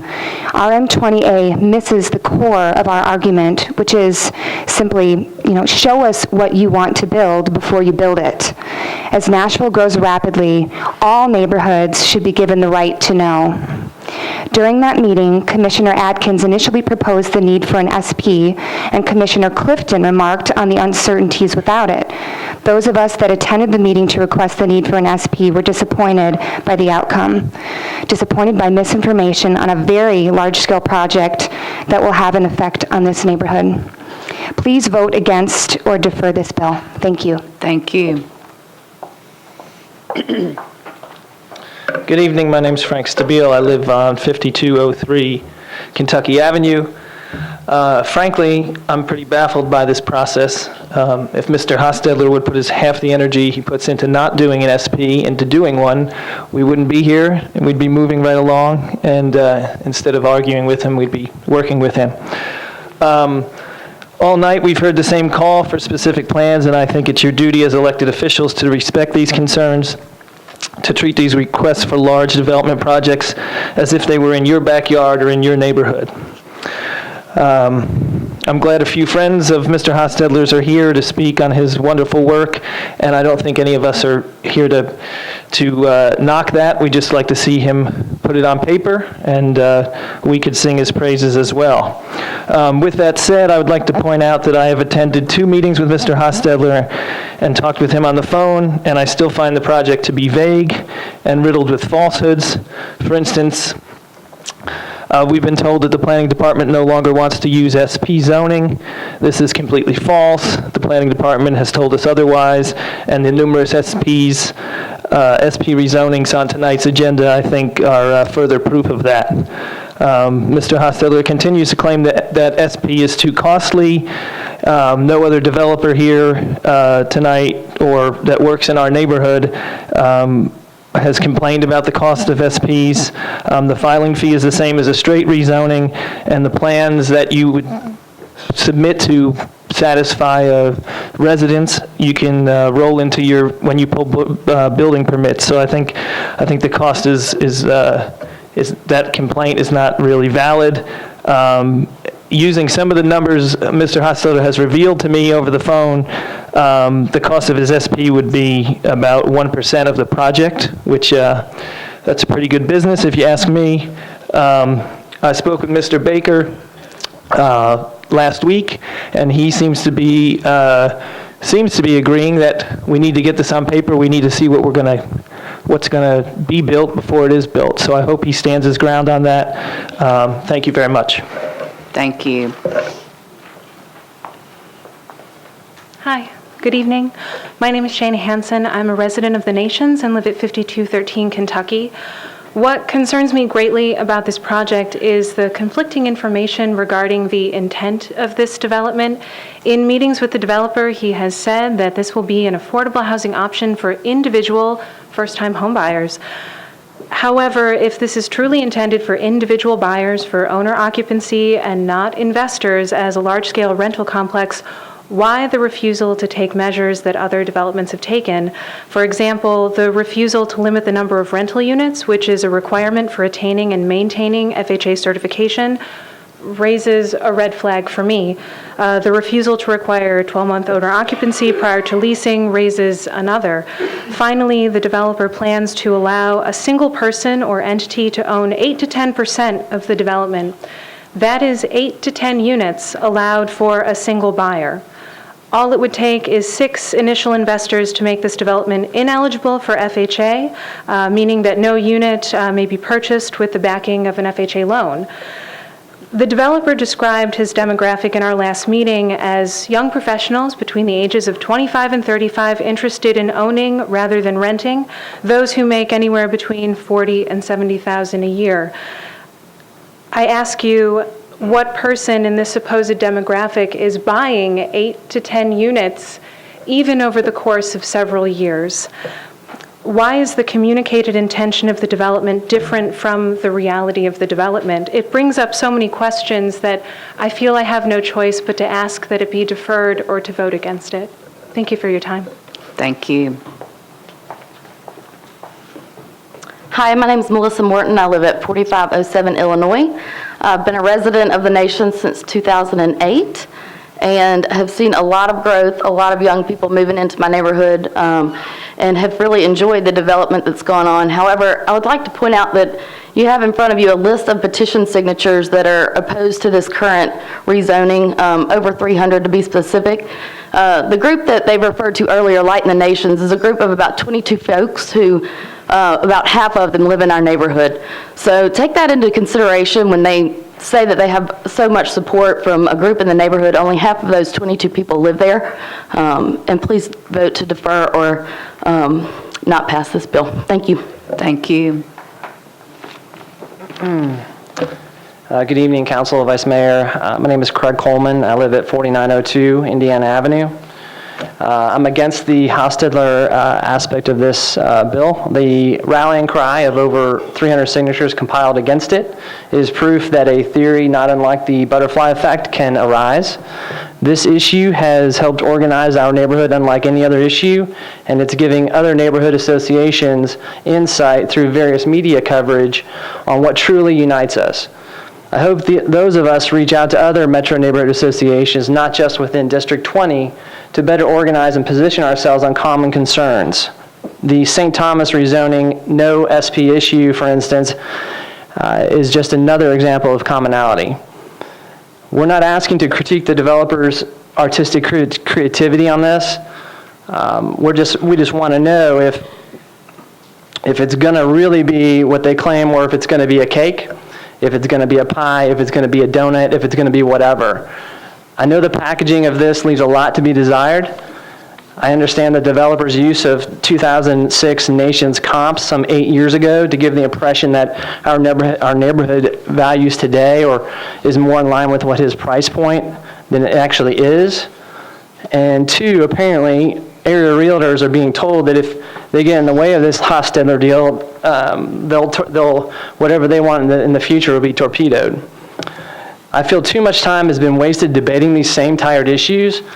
It places council members in an awkward position of having to vote and justify in their own districts. So why not create a standard where rezoning requests have an SP? Just, does it have an SP if it's a rezoning? If not, then why even bring it up here? Because then you have to deal with something that's foreseeable. So we have to have consistency on rezoning requests. Thank you for your time and service. Thank you. Good evening. My name is Dave Smith. I live at 5406 Pennsylvania Avenue. I live right down the street from where this development may take place, and I've been walking my dogs around that area for the last 3 years. Mostly I share much of the concerns that have already been brought up. This incident has recently been brought to me by people in the neighborhood coming door to door. I just share the concern that before a project of this size gets deployed, that there'd be more information brought to light and more cooperation with people in the neighborhood so that we actually know exactly what's happening. This is not a small project by any means. And the area that is being discussed is provides a lot of quiet, that's the reason I moved to the neighborhood, was because it was a quiet, kind of sleepy neighborhood, and it was no traffic. It's a very great place to live. And I just feel strongly that before something like this actually happens, that there's just more information and more transparency about what the project is going to look like. Thank you. Thank you. Seeing no one else wishing to speak, I declare the public hearing closed. Councilmember Baker. Thank you, Vice Mayor. I would like, if I could, to get Ms. Carrie Logan of Planning to explain the difference between the SP and the MR20A. Would Mr. Bernhardt do? Yes, ma'am. Both an SP and the RM20A districts are design-based districts. The policy in this area is neighborhood maintenance, and it requires a design-based district. So both of those would be consistent with policy. When this was originally discussed, we pointed out to the applicant that either the RM20A or the SP would be consistent with policy and would meet the basic design standards. The initial discussions revolved around whether or not an SP could be used to regulate either the price of the units or the ownership of the units, and we pointed out that an SP could not be used for those purposes. However, if you want to go above the basic design parameters, then an SP would be appropriate. If the basic design parameters, which is location of the buildings, is sufficient, then the RM20A would be sufficient. Thank you. I'd like to move approval on this tonight and defer second reading, first meeting in March. We have a motion and a second. Councilman Tiger. Thank you, Madam Chair. At Councilman Baker's request, I attended one of the last meetings there, council members. I know that there was a lot of animosity and concern built up between the neighborhood and the developer, and really the issue about the SP versus the RMA zoning. My advice that I tried to portray, apparently didn't do a very good job that night, was when I faced these type of issues back 20, 25 years ago in a growing community, you had to look at several factors. Clear among that would be what was there now and what could be built there with the current zoning. Clearly, townhomes to me, as opposed to many warehouses or other commercial uses there, is a much better use since this property is situated in the neighborhood. Clearly, I suggested if the neighborhood would bring forward those characteristics of the townhomes that they wanted to see. Now, you know, the planning commission, developer are going to dictate that it sits up to the front of the street, where the entranceway and the exit ways and whatnot will be done as a traffic study proceeds along. Clearly, Metro is going to regulate and make sure there's sewage capacity and water capacity and the runoff is less than what's coming off there now. Some of the other issues that were raised had to do with the price of the units, and these were clearly designed for first-time home buyers. You know, young ladies, young men, 25 years old, coming out that just got a nursing degree. They might have been a fireman. They might have been a government worker. policemen that wanted to live close to a vibrant neighborhood, and the price points, the $130 a price per square foot seemed to be consistent or greater than the adjoining neighborhood, so I was comfortable with that. The questions asked about, restricting, ownership and those type of things, Mr. Bernhardt just addressed. I'm a first-time home buyer. I build my unit there. I fit it out with the fixtures that I want in there. I decide to get married, have a family, I move out. Do I keep that unit or do I sell it? Does it become a rental unit? I think the real key here between now and whenever Councilman Baker brings us back would be a clear set of covenants and restrictions, deed restrictions or restrictive covenants that will absolutely guarantee to the neighborhood the brick design, the 106 versus the allowable 120-something units.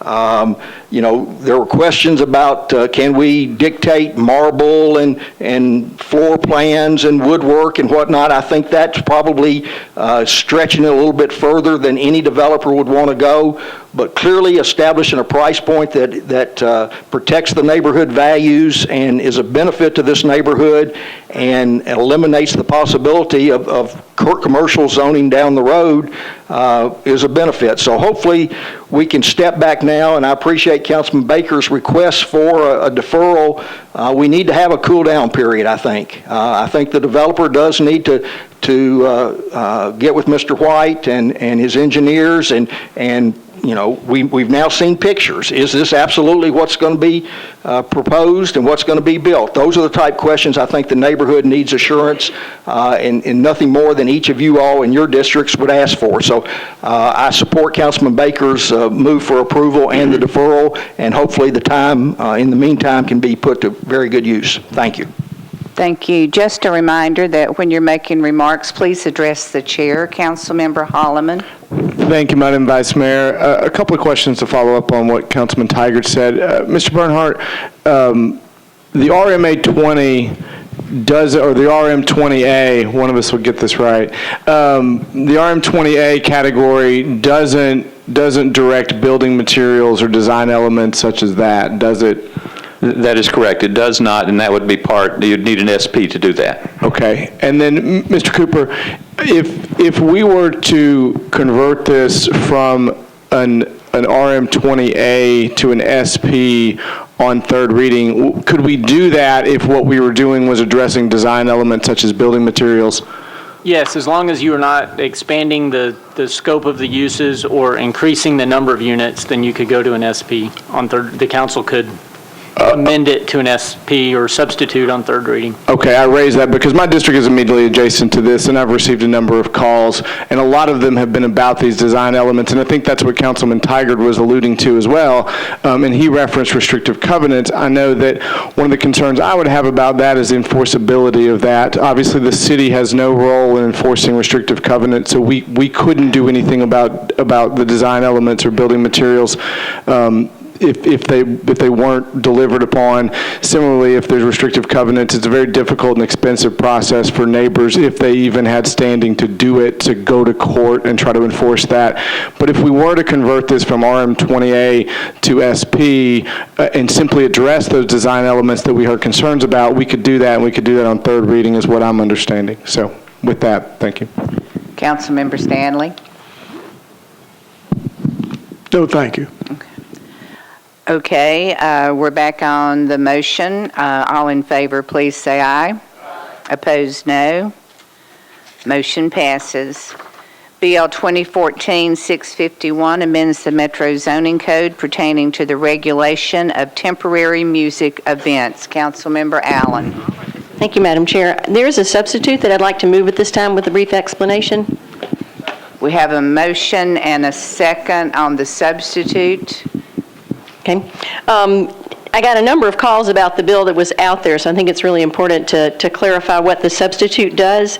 It is a collaboration of Councilmember Mitchell and representatives from Public Works and the police and code and small businesses and the music industry and neighborhoods to try to take the best of Councilmember Mitchell's bill and the one that I had proposed, and to come up with a bill that would provide a mechanism for allowing small outdoor music events to happen in commercial districts that are very close to residential districts. That's all this deals with, and this substitute explains that very clearly, which the existing bill did not.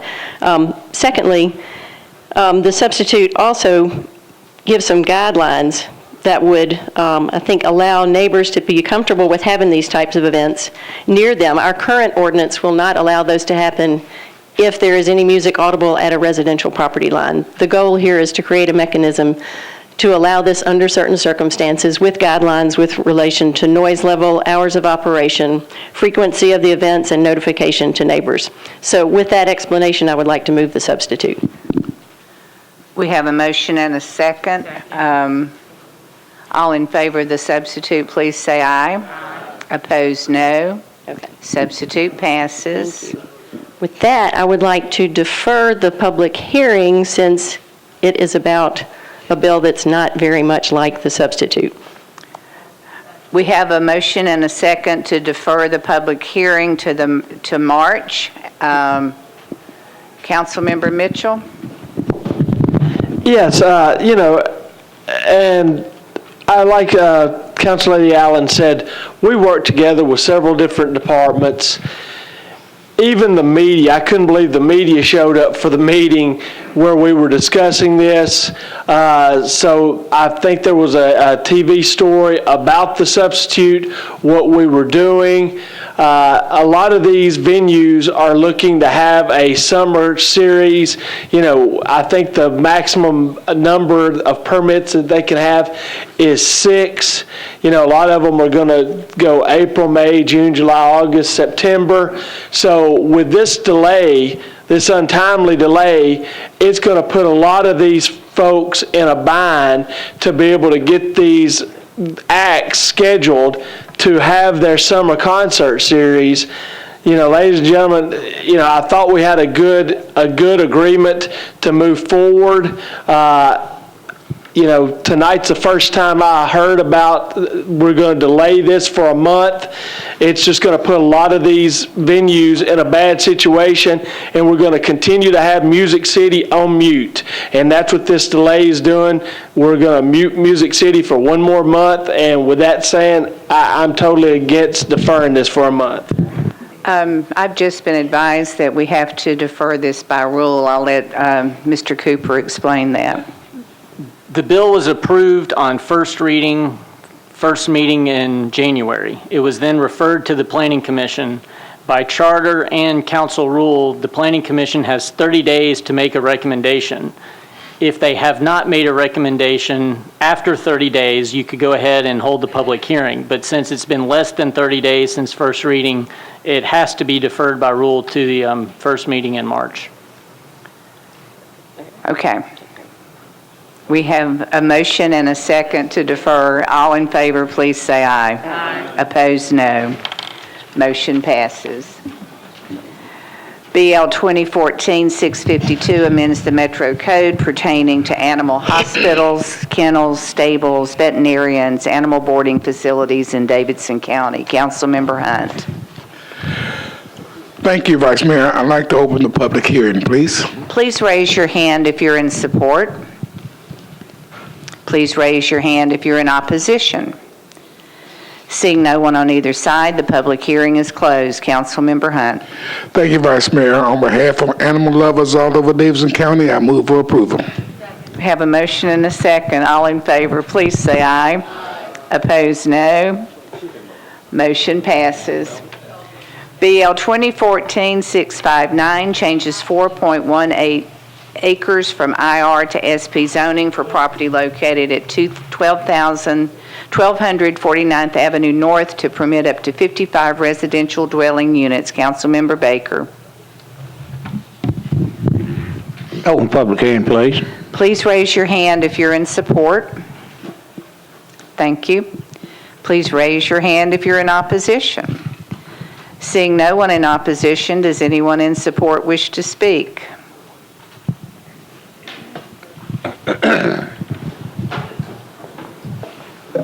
Last time you'll hear from me tonight, I promise. Jeremy Jeter, President, Nations Neighborhood Association. I'd just like to thank Mr. Ritson for working with the neighborhood on a comprehensive SP. Mr. Ritson actually completely revamped his plan at the request of the neighborhood, came back to the neighborhood with a reworked plan that was agreeable to everyone. So we'd just like to applaud his efforts for that. Thank you. Seeing no one else wishing to speak, I declare the public hearing closed. Councilmember Baker. Thank you, Vice Mayor. I'd like to defer this to the second meeting in March, the second reading to the first meeting in March. We have a motion and a second. All in favor, please say aye. Aye. Opposed, no. Motion passes. We're now at resolutions on our consent agenda. I will tell you the two that are not on consent are RS 2014-948 and RS 2014-984. Those on consent are 963, 973 through 983, and 985. I will read these and you can let me know which ones on the consent agenda need to be pulled, if there are any. 963 issues $21 million in GSD general obligation bonds for the purchase of heavy equipment for the Departments of Fire, Public Works, Parks, and Metro Action Commission, and for the purchase of technology equipment for Metro schools. 973 approves an amendment to a grant from the Friends of Centennial Park and Parthenon to the Metro Parks Department to provide funding for an employee's salary. 974 approves two amendments to a grant from the U.S. Environmental Protection Agency to the Metro Board of Health to achieve established ambient air standards. 975 approves an agreement between the Metro Police Department and the Tennessee Association of Chiefs of Police to assist with investigations of internet crimes against children. 976 approves an agreement between the Metro Police Department and the Dixon County Sheriff's Office to assist with investigations of internet crimes against children. 977 approves a grant between the Metro Police Department and the Cookeville Police Department to assist with investigations of internet crimes against children.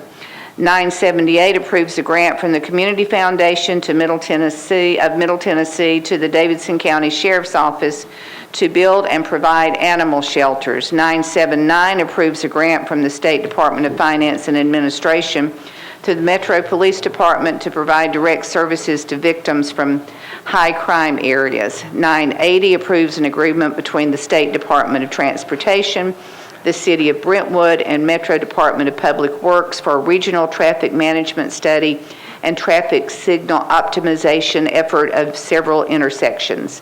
981 approves an agreement between the City of Brentwood and the Metro Public Works Department for a regional traffic management study and traffic signal optimization effort on several intersections under the Surface Transportation Program.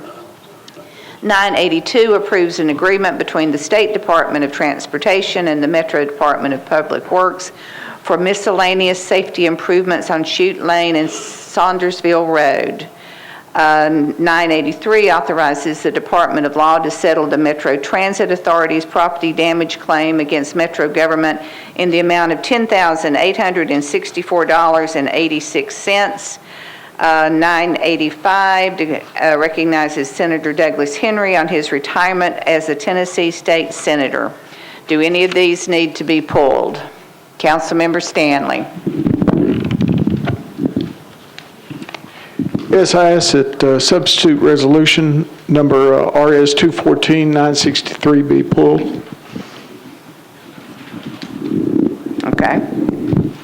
Councilmember Evans. Madam Vice Mayor, I just, as a point of privilege, I just wanted to invite everybody in the council to sign Senator Henry's resolution for his retirement. We'll do a presentation in the spring, and I didn't have a chance to pass that around, so please sign that if you'd like. The Vice Mayor would like to sign as well. Great. Okay, thank you. I now need committee reports. Councilmember Stein. Madam Vice Mayor, on 973, 974, 975, 976, 977, 978, 979, 980, 981, 982, and 983, Budget and Finance approved 10-4, none against. Thank you. Who is doing social service? Councilmember Harmon. Thank you, Vice Mayor. Health hospitals met and recommended approval of 974, 4 in favor, 0 against. Thank you. Councilmember Tigert. Parks and Library Recreation approved 973, 4 and 0. Thank you. Councilmember Purdue. You want them 975, 76, 77, 78, and 979. They're split this time. We had the first 975, 76, 77 passed 2-0.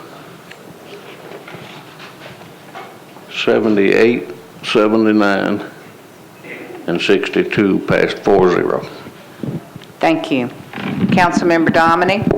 Public Works Committee approved RS 2014-980, 981, 982, 6, 4, and 0 against. Thank you. Councilmember Berry. Thank you, Vice Mayor. Rules and confirmations passed RS 985, 640 against. And with that, I move the consent agenda. We have a motion and a second. All in favor of the consent agenda, please say aye. Aye. Opposed, no. Motion passes. We will now go back to the ones that are not on the consent agenda. The first one is RS 2014-948, appropriates $13,100,000 from the undesignated fund balance of the general fund of the USDA to the Metro Public Schools. Councilmember Mitchell. Yeah, move to defer one meeting. We have a motion and a second. All in favor, please say aye. Opposed, no. Motion passes. BL 2014-963 issues $21 million in GSD general obligation bonds for the purchase of heavy equipment for the Departments of Fire, Public Works, Parks, and Metro Action Commission, and for the purchase of technology equipment for Metro schools. Councilmember Stein. Thank you, Madam Vice Mayor. I would move approval with an explanation. I would also say, though, there was also a committee report of 948. I'm so if you sorry. need one. It was deferred by committee under Rule 29 without the sponsor present or no communication as to how we should act. So, okay. On 963, I would move approval with a comment. Do you have a committee report on it? I do. I apologize. I confused myself. The Budget and Finance Committee approved 10-4, none against. Okay, good. We have a motion and a second. Councilman? I would just alert the council to make sure that what everyone I know also understands about this, that this $21 million bond issue includes $6.8 million for Public Works to purchase more than 50 pieces of replacement vehicles. It includes $6.4 million for the fire department, that is approximately 16 pieces of heavy equipment. The Metro Action Commission includes $1 million to replace its buses, which move preschool kids. It includes $700,000 for Parks and Recreation, which is about 16 pieces of equipment and transportation. It also, in the substitute, added $6 million for school technology, which is approximately $8,600 laptops, which go towards the implementation of core curriculum. It also represents the work done between the administration and the school system to fund this technology and not use the undesignated funds of the school system, and I would urge approval. Councilmember Mitchell. Yeah, a question for Council Cooper. Reserve funds, is that money that we have in a savings account? Basically, yes. Okay. Is this bill we're about to do? Is this borrowing money? Yes. Okay, thank you. Councilmember Tigert. Madam Vice Mayor, I wanted to reemphasize the point Councilman Mitchell just made. I am not against laptop computers for our schools. That's why I'm going to support this bill tonight. I did ask Mr. Riebling last night the same question about if we have a rainy day account, a savings account for such things as technology, why not use that rather than bond laptops that will have a 3, 5, 7-year lifespan for 20 years? It just doesn't make financial sense to me. Now, I understand that we're probably going into a tight budget year and saving as much money, but to me that's saying, okay, we're going to pull from our reserves, our rainy day, to fund recurring expense items, and just puts us further behind in future years. So I told the council that I would call attention to any time that we're increasing our bond indebtedness when we had an opportunity to literally pay cash. And this was one of those opportunities, and I thought I needed to bring that to your attention. Thank you. Thank you, Councilman. Councilman Stites? Thank you, Vice Mayor. A couple of points about this. This is the first time in Metro history that we have used our reserve, the 4% fund, to service debt. Is that correct, Mr. Cooper? Yes. So a fund that was created for this purpose to purchase equipment that is needed, and I think this is all worthy equipment. I was speaking with someone with Nashville Fire this weekend talking about the need they have for equipment. But we have come to this point where we are having to purchase all of this equipment at once, that our fund balance, we can't actually purchase it with our fund balance, but instead we have to issue debt. So we're leveraging our savings account to issue debt to buy these things for a reason. And the question is, why are we having to do that? Why have we postponed this for so long? One might be led to believe it's because we're spending money in other places. And the thing about this bill is that it perpetuates itself. And so we'll have to be doing the same thing again. Instead of using our savings to purchase fire engines next year that are needed, we're instead going to be using our savings to service our debt, and then we'll be behind the 8 ball again in 3, 4, 5 years. I think this is a symptom of a much larger problem that Metro Nashville has, and that is that we are leveraging entirely too much, and eventually the music will stop. Our debt will not be rated as highly as it is now, and it will be harder to sell. And I think those who aspire to be around this place for a long time and in this body or some other position might want to think long and hard about the decisions you make tonight that will make your job years down the road much more harder. Thank you, Vice Mayor. Thank you. Councilmember Stanley? Thank you, Ms. Vice Mayor. I have an issue specifically with the $6.8 million that's going to be going to Public Works. These are heavy machinery, heavy road working machinery. It includes asphalt trucks, includes also includes paving, parking, parallel patching equipment, rollers, spreaders, and asphalt trucks. And of course, one of the things I think it's important for us to understand is that recently the state has come forward and said they have no money in their budget for the AMP down West End.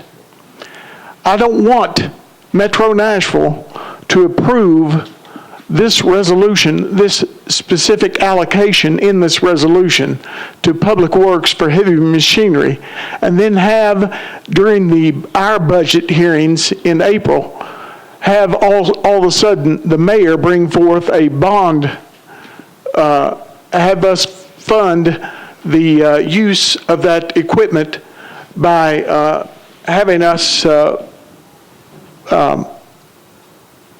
the email says, having us funding this this equipment through a bond measure. I do not want the mayor to do that, because this AMP has a lot of people that are in opposition or that still have questions. I still have questions. I would like to see Public Works step forward and tell the Metro Council where they plan to use this machinery. I will let you know that the substandard status of the road infrastructure all throughout Metro Nashville and Davidson County is substantial, and it needs definitely to be addressed immediately by this machinery. But the department director over at Public Works, he feels obligated first and foremost to answer to the mayor, not to the Metro Council. But we have as much influence on an annual budget as the mayor. And I think it's important that that department head address each council member's questions and answer them appropriately. I just have issues with this $6.8 million and funding this, the purchase of this equipment through a 4%. I do not agree with that, but I do agree with the fire department, the police department, and the public schools receiving their machinery. That is needed. That will provide public safety and public education. But with this, I will ask that the Metro Council, if anything, have the Public Works Department send a letter to the Metro Council designating where they plan to use this heavy machinery in the next 2 years. Thank you. Thank you. Councilmember Purdue.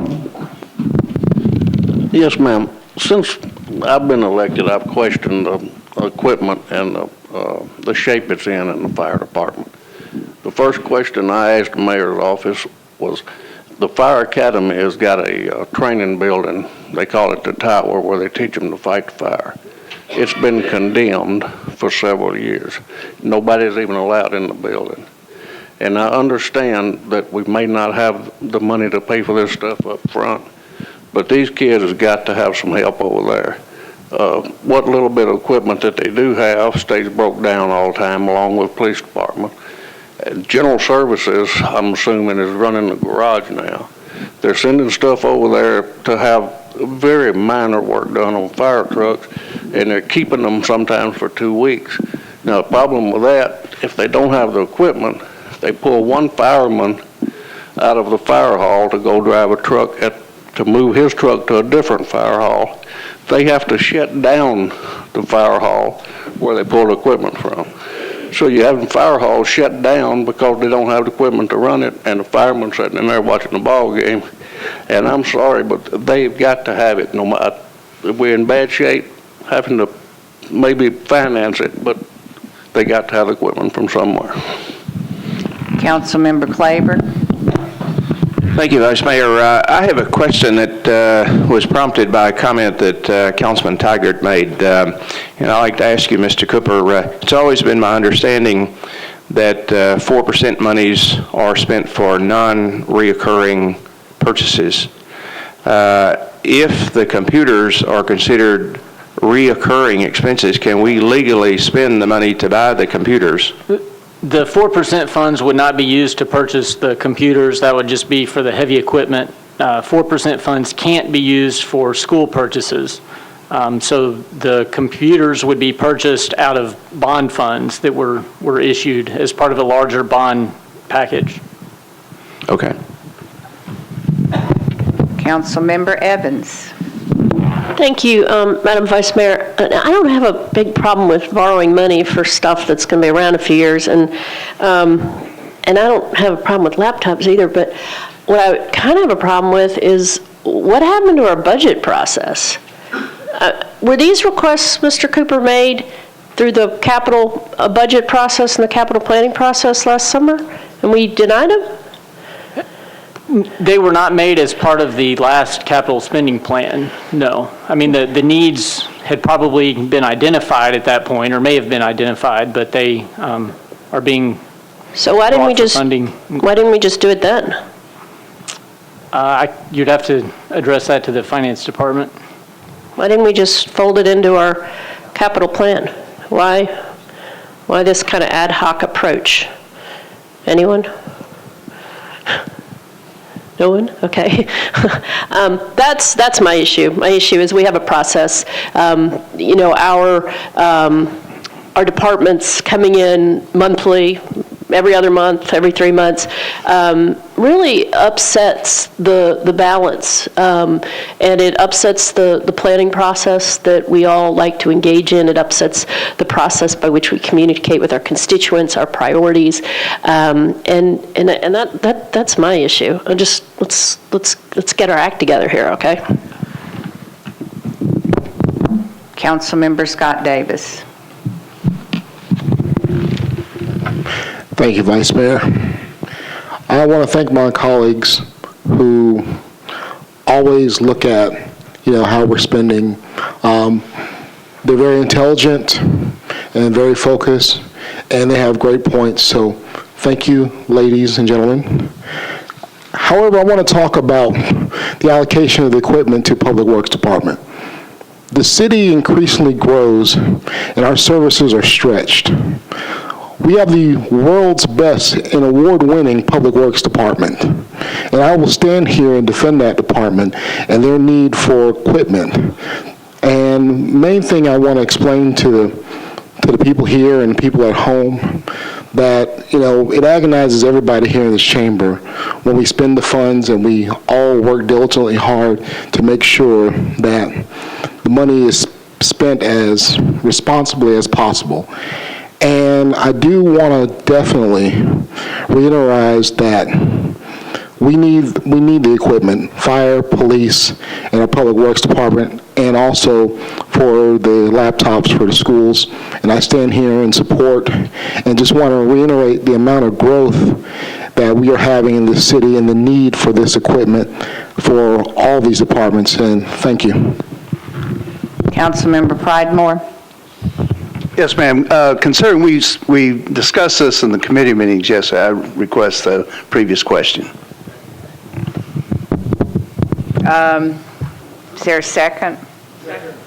All in favor of previous question, please say aye. Aye. Opposed, no. Previous question passes. We're now back on the vote. All in favor of RS 2014-963, please say aye. Aye. Opposed, no. Motion passes. We'll need a machine vote. Sorry.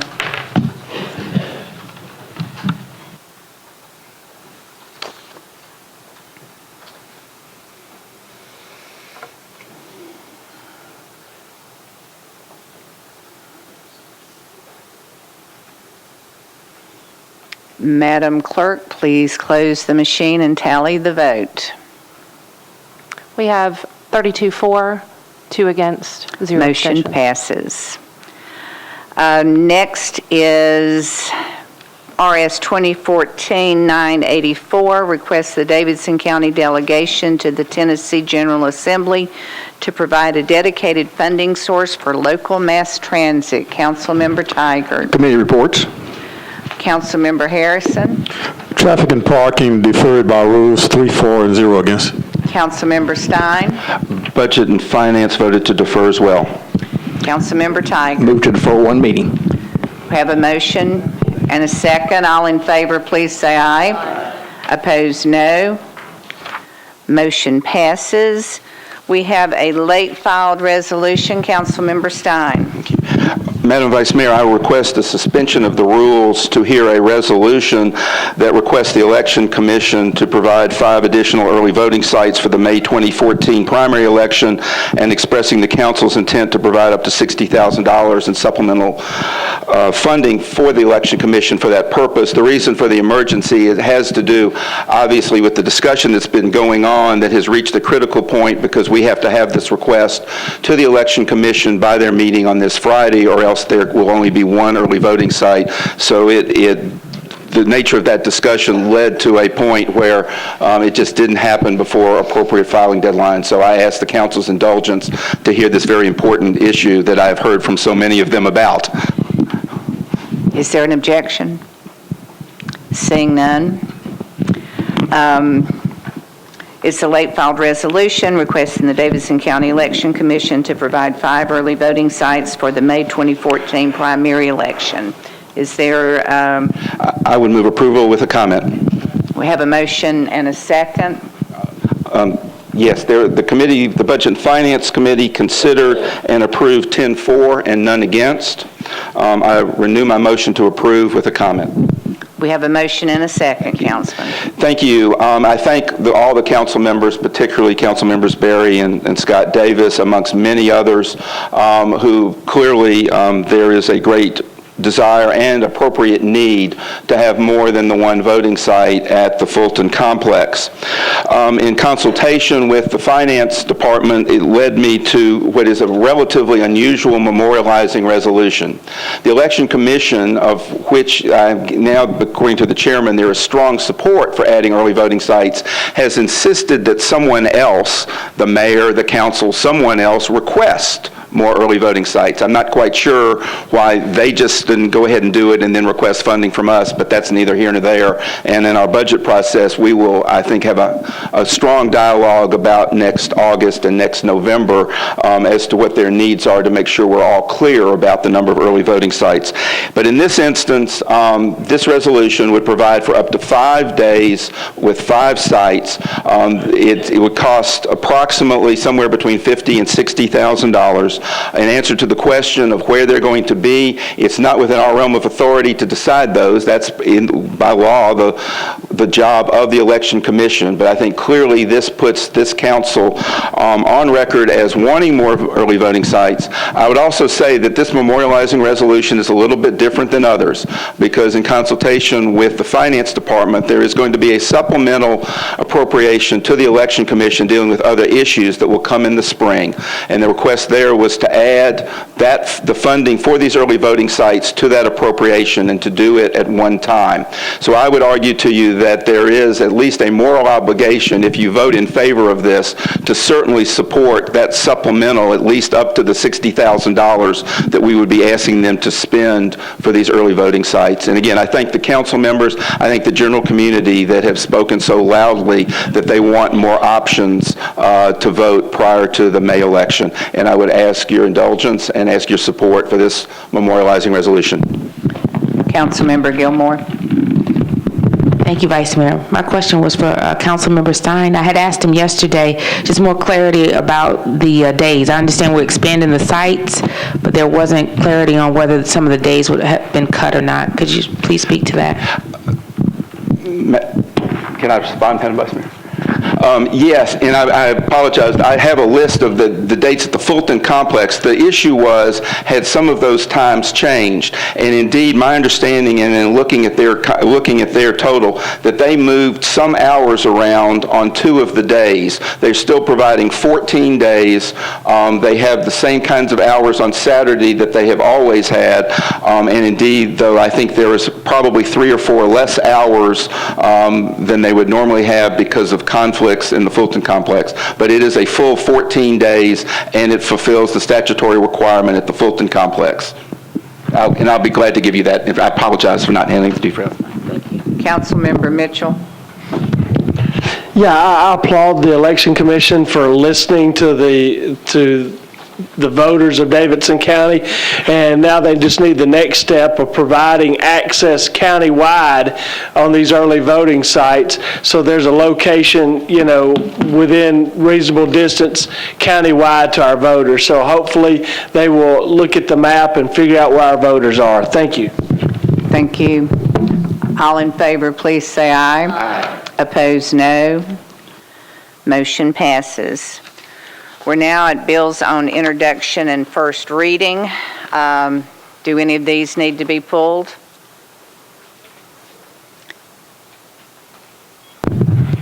Councilman Mitchell, is your button not working? Okay, sorry, go ahead. 665 and 666.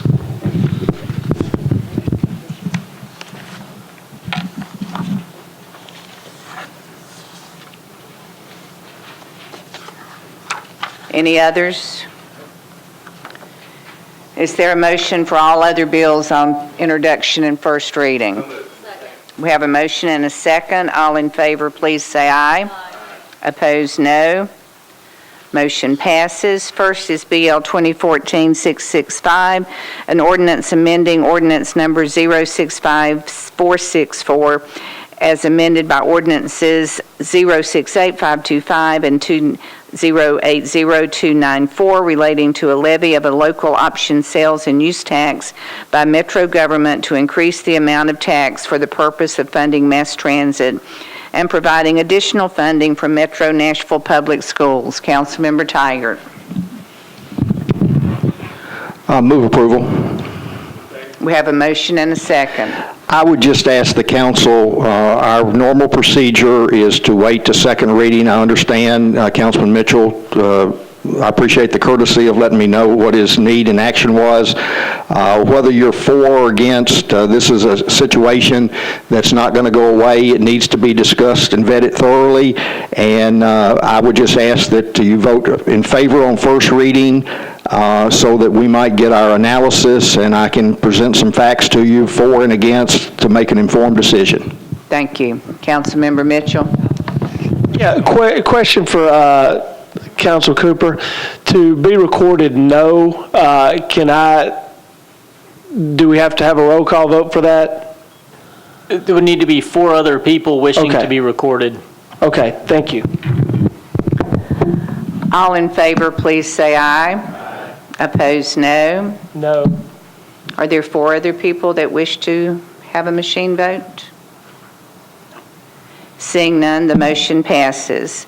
BL 2014-666, an ordinance amending Chapter 5.32 of the Metro Code to increase the amount of the annual commercial vehicle regulatory license and the motor vehicle regulatory license to provide a local dedicated funding source for mass transit. Councilmember Tigert.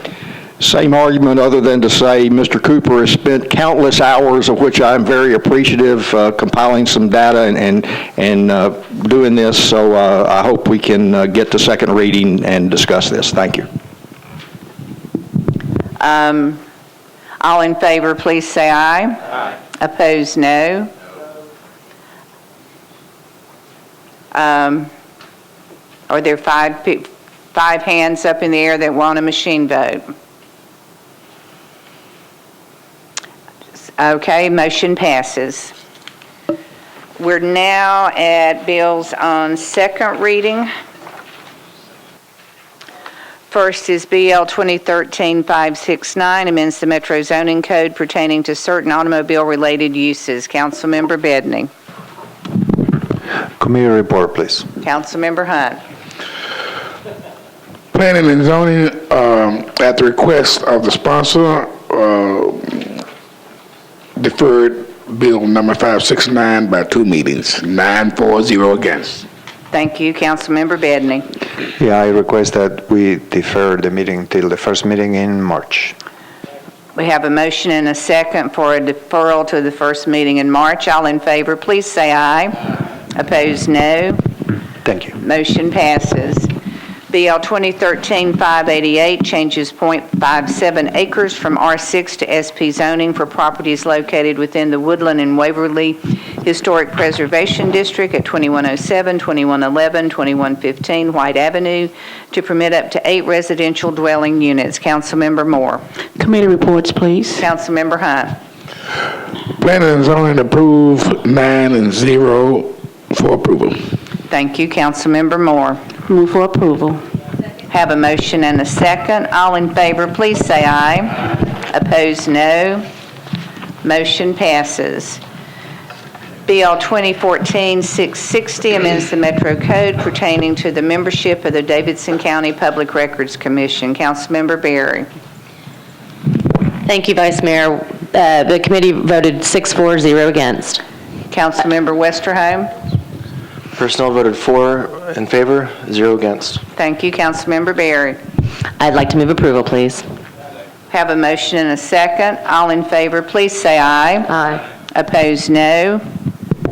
Motion passes. BL 2014-661 approves a memorandum of understanding between United Way of Nashville and the Mayor's Office of Economic and Community Development pertaining to the implementation of the Financial Empowerment Center. Councilmember Stein. Budget and Finance approved as amended, 10-4, none against. I would move the amendment, which is a housekeeping amendment that clarifies a date. We have a motion and a second on the amendment. All in favor of the amendment, please say aye. Aye. Opposed, no. Amendment passes. Councilman Stein. I move approval of 661 as amended. Have a motion and a second. All in favor, please say aye. Aye. Opposed, no. Motion passes. BL 2014-662 accepts 2 donations for the use and benefit of the Metro Police Department K-9 Unit and the Metro Animal Control Care and Control. Councilmember Stein. Committee reports. Councilmember Purdue. That passed 4-0. Thank you. Councilmember Stein. Budget and Finance approved 10-4, none against, and I move approval of 662. We have a motion and a second. All in favor, please say aye. Aye. Opposed, no. Motion passes. BL 2014-663 declares surplus and approves the disposition of the former Jerry Baxter Middle School property located at 3515 Gallatin Pike. Councilmember Bennett. Committee reports, please. Councilmember Hunt. Yes, Planning and Zoning, at the request of the sponsor, referred Bill 663, 1 meeting. Councilmember Glover. At the request of the sponsor, Education deferred the meeting, or deferred the bill by 1 meeting to 4-0 against. Thank you. Councilmember Stein. Budget and Finance also voted to defer 10-4, none against. Thank you. Councilmember Bennett. Defer 1 meeting, please. Have a motion and a second. All in favor of a 1 meeting deferral, please say aye. Aye. Opposed, no. Motion passes. BL 2013-494 changes .98 acres from R6 to MUNA zoning for properties located at 916, 918, 920, 2000, 2002, 2004. I am so sorry. I've marked it off. Councilmember Dominy, I did not mean to skip you. 664 abandons an 18-foot by 260-foot easement for property located at 2000 Galbraith Drive. Councilmember Dominy. Thank you, Vice Mayor. Committee reports, please. Councilmember Hunt. Yes, Planning and Zoning approved Bill 664 at a vote of 9-4-0 against. Thank you. Councilmember Dominy. And Public Works approved Bill 664, 6-4, and 0 against. And with that, I move approval. We have a motion and a second. All in favor, please say aye. Aye. Opposed, no. 664 passes. We'll now go to 2013-494, changes .98 acres from R6 to MUNA zoning for properties located at 1916, 1918, 1920, 2000, 2002, 2004, and 2006 Eastland Avenue. Councilmember Westerholm. Thank you, Madam Vice Mayor. I believe all committee reports are in, and I'd move approval with a brief explanation. Have a motion and a second, Councilman. All right, this represents part 1 of 2, the other one being BL 2013-586, which is following this matter on the agenda. These are 2 bills that we've been working on for a number of months in the East Nashville community. Just wanted to express my appreciation for the neighborhood and for the Planning Department and the Historic Commission for their involvement with this. And with that, I move approval. We have a motion and a second. All in favor, please say aye. Aye. Opposed, no. Motion passes. BL 2013-586 applies the Eastwood Neighborhood Conservation Overlay District to various properties located along Eastland Avenue and Scott Avenue, totaling 2.45 acres between Porter Road and Chapel Avenue. Councilmember Westerholm. Thank you, Madam Vice Mayor. I move approval. Have a motion and a second. All in favor, please say aye. Aye. Opposed, no. Motion passes. BL 2014-654 amends the Metro Code pertaining to permitted hours of beer delivery. Councilmember Westerholm. Thank you, Madam Vice Mayor. I would move approval. We have a motion and a second. Councilmember Gilmore. Thank you, Vice Mayor. I had a question. I'm not against beer, but I do know in neighborhoods, I'm wondering how noisy that would be at 3 a.m. in the morning. I am a little concerned about that. And just what can we ensure for our residents to make sure that it is not undue pressure or noise, especially for people that already live in the urban area and have to deal with train horns and just a lot of different things and garbage and just, I mean, I think it's a reality, and I just wanted to share that with you.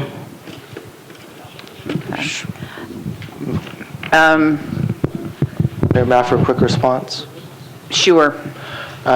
Yes, Council Lady, my response to concerns have been brought up. Any nuisance issues, whether permitted related to noise or otherwise, would be consistent with those that are already applicable to other mechanisms of delivery.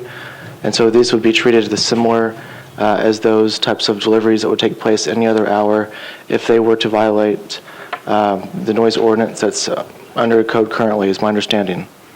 Okay, we have a motion and a second. I've got to renew my motion. All in favor, please say aye. Aye. Opposed, no. Need a machine vote.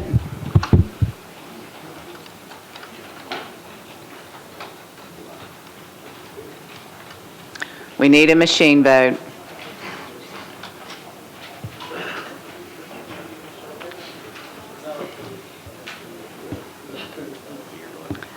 Madam Clerk, please close the machine and tally the vote. 29 for, 2 against, 2 abstentions. Motion passes. BL 2014-655 authorizes Metro to accept permanent easements for the Nassau Stormwater Improvement Project and for 3 properties located at 607 and 609 Nassau Drive and at 616 Waco Lane. Councilmember Baker. Committee reports, please. All in. Move approval. Have a motion and a second. All in favor, please say aye. Aye. Opposed, no. Motion passes. BL 2014-656 authorizes Metro government to abandon easement rights retained in the former alley number 995 and easements retained in an unnumbered alley and partially abandoned 20-foot sewer easement for properties located at 711 Gallatin Avenue, 719 Gallatin Avenue, 714 North 12th Street, and 800 North 12th Street. Councilmember Westerholm. Thank you, Madam Vice Mayor. I would move approval. We have a motion and a second. All in favor, please say aye. Aye. Opposed, no. Motion passes. BL 2014-657 authorizes Metro government to abandon 350 linear feet of an existing utility easement for property located at 7747 Indian Springs Drive. Who is handling this bill in Councilmember Wiener's absence? And Mr. Dominique's. Councilmember Hunt? 657. Yeah, all reports are in. Move approval, please. We have a motion and a second. All in favor, please say aye. Opposed, no. Motion passes. BL 2014-658 accepts temporary easements for the Boyd Drive Stormwater Improvement Project for properties located at 4141 and 4162 Ames Drive and 4170 Bob White Drive and 4121 Boyd Drive and 4127 Meadow Hill Drive. Councilmember Matthews. Thank you, Madam Vice Mayor. I move approval. We have a motion and a second. Discussion. Councilman Tiger. Before we adjourn, I know this is our last bill. We haven't voted on this yet. I thought you wanted to speak to it. I'll come back to you. If you'll come back. I promise. Okay, all in favor, please say aye. Opposed, no. Motion passes. Councilman Tiger. Before I make the motion to adjourn, I just want to have everybody think of Doug Sloan, who fell and cracked some bones in his back, and it's got a rather extensive injury, and we're thinking about you, Doug. Anytime we have to put up with Mr. Bernhardt instead of you, you're missed. So with that, I move for adjournment. We have a motion and a second. All in favor, please say aye. Opposed, no. We are adjourned.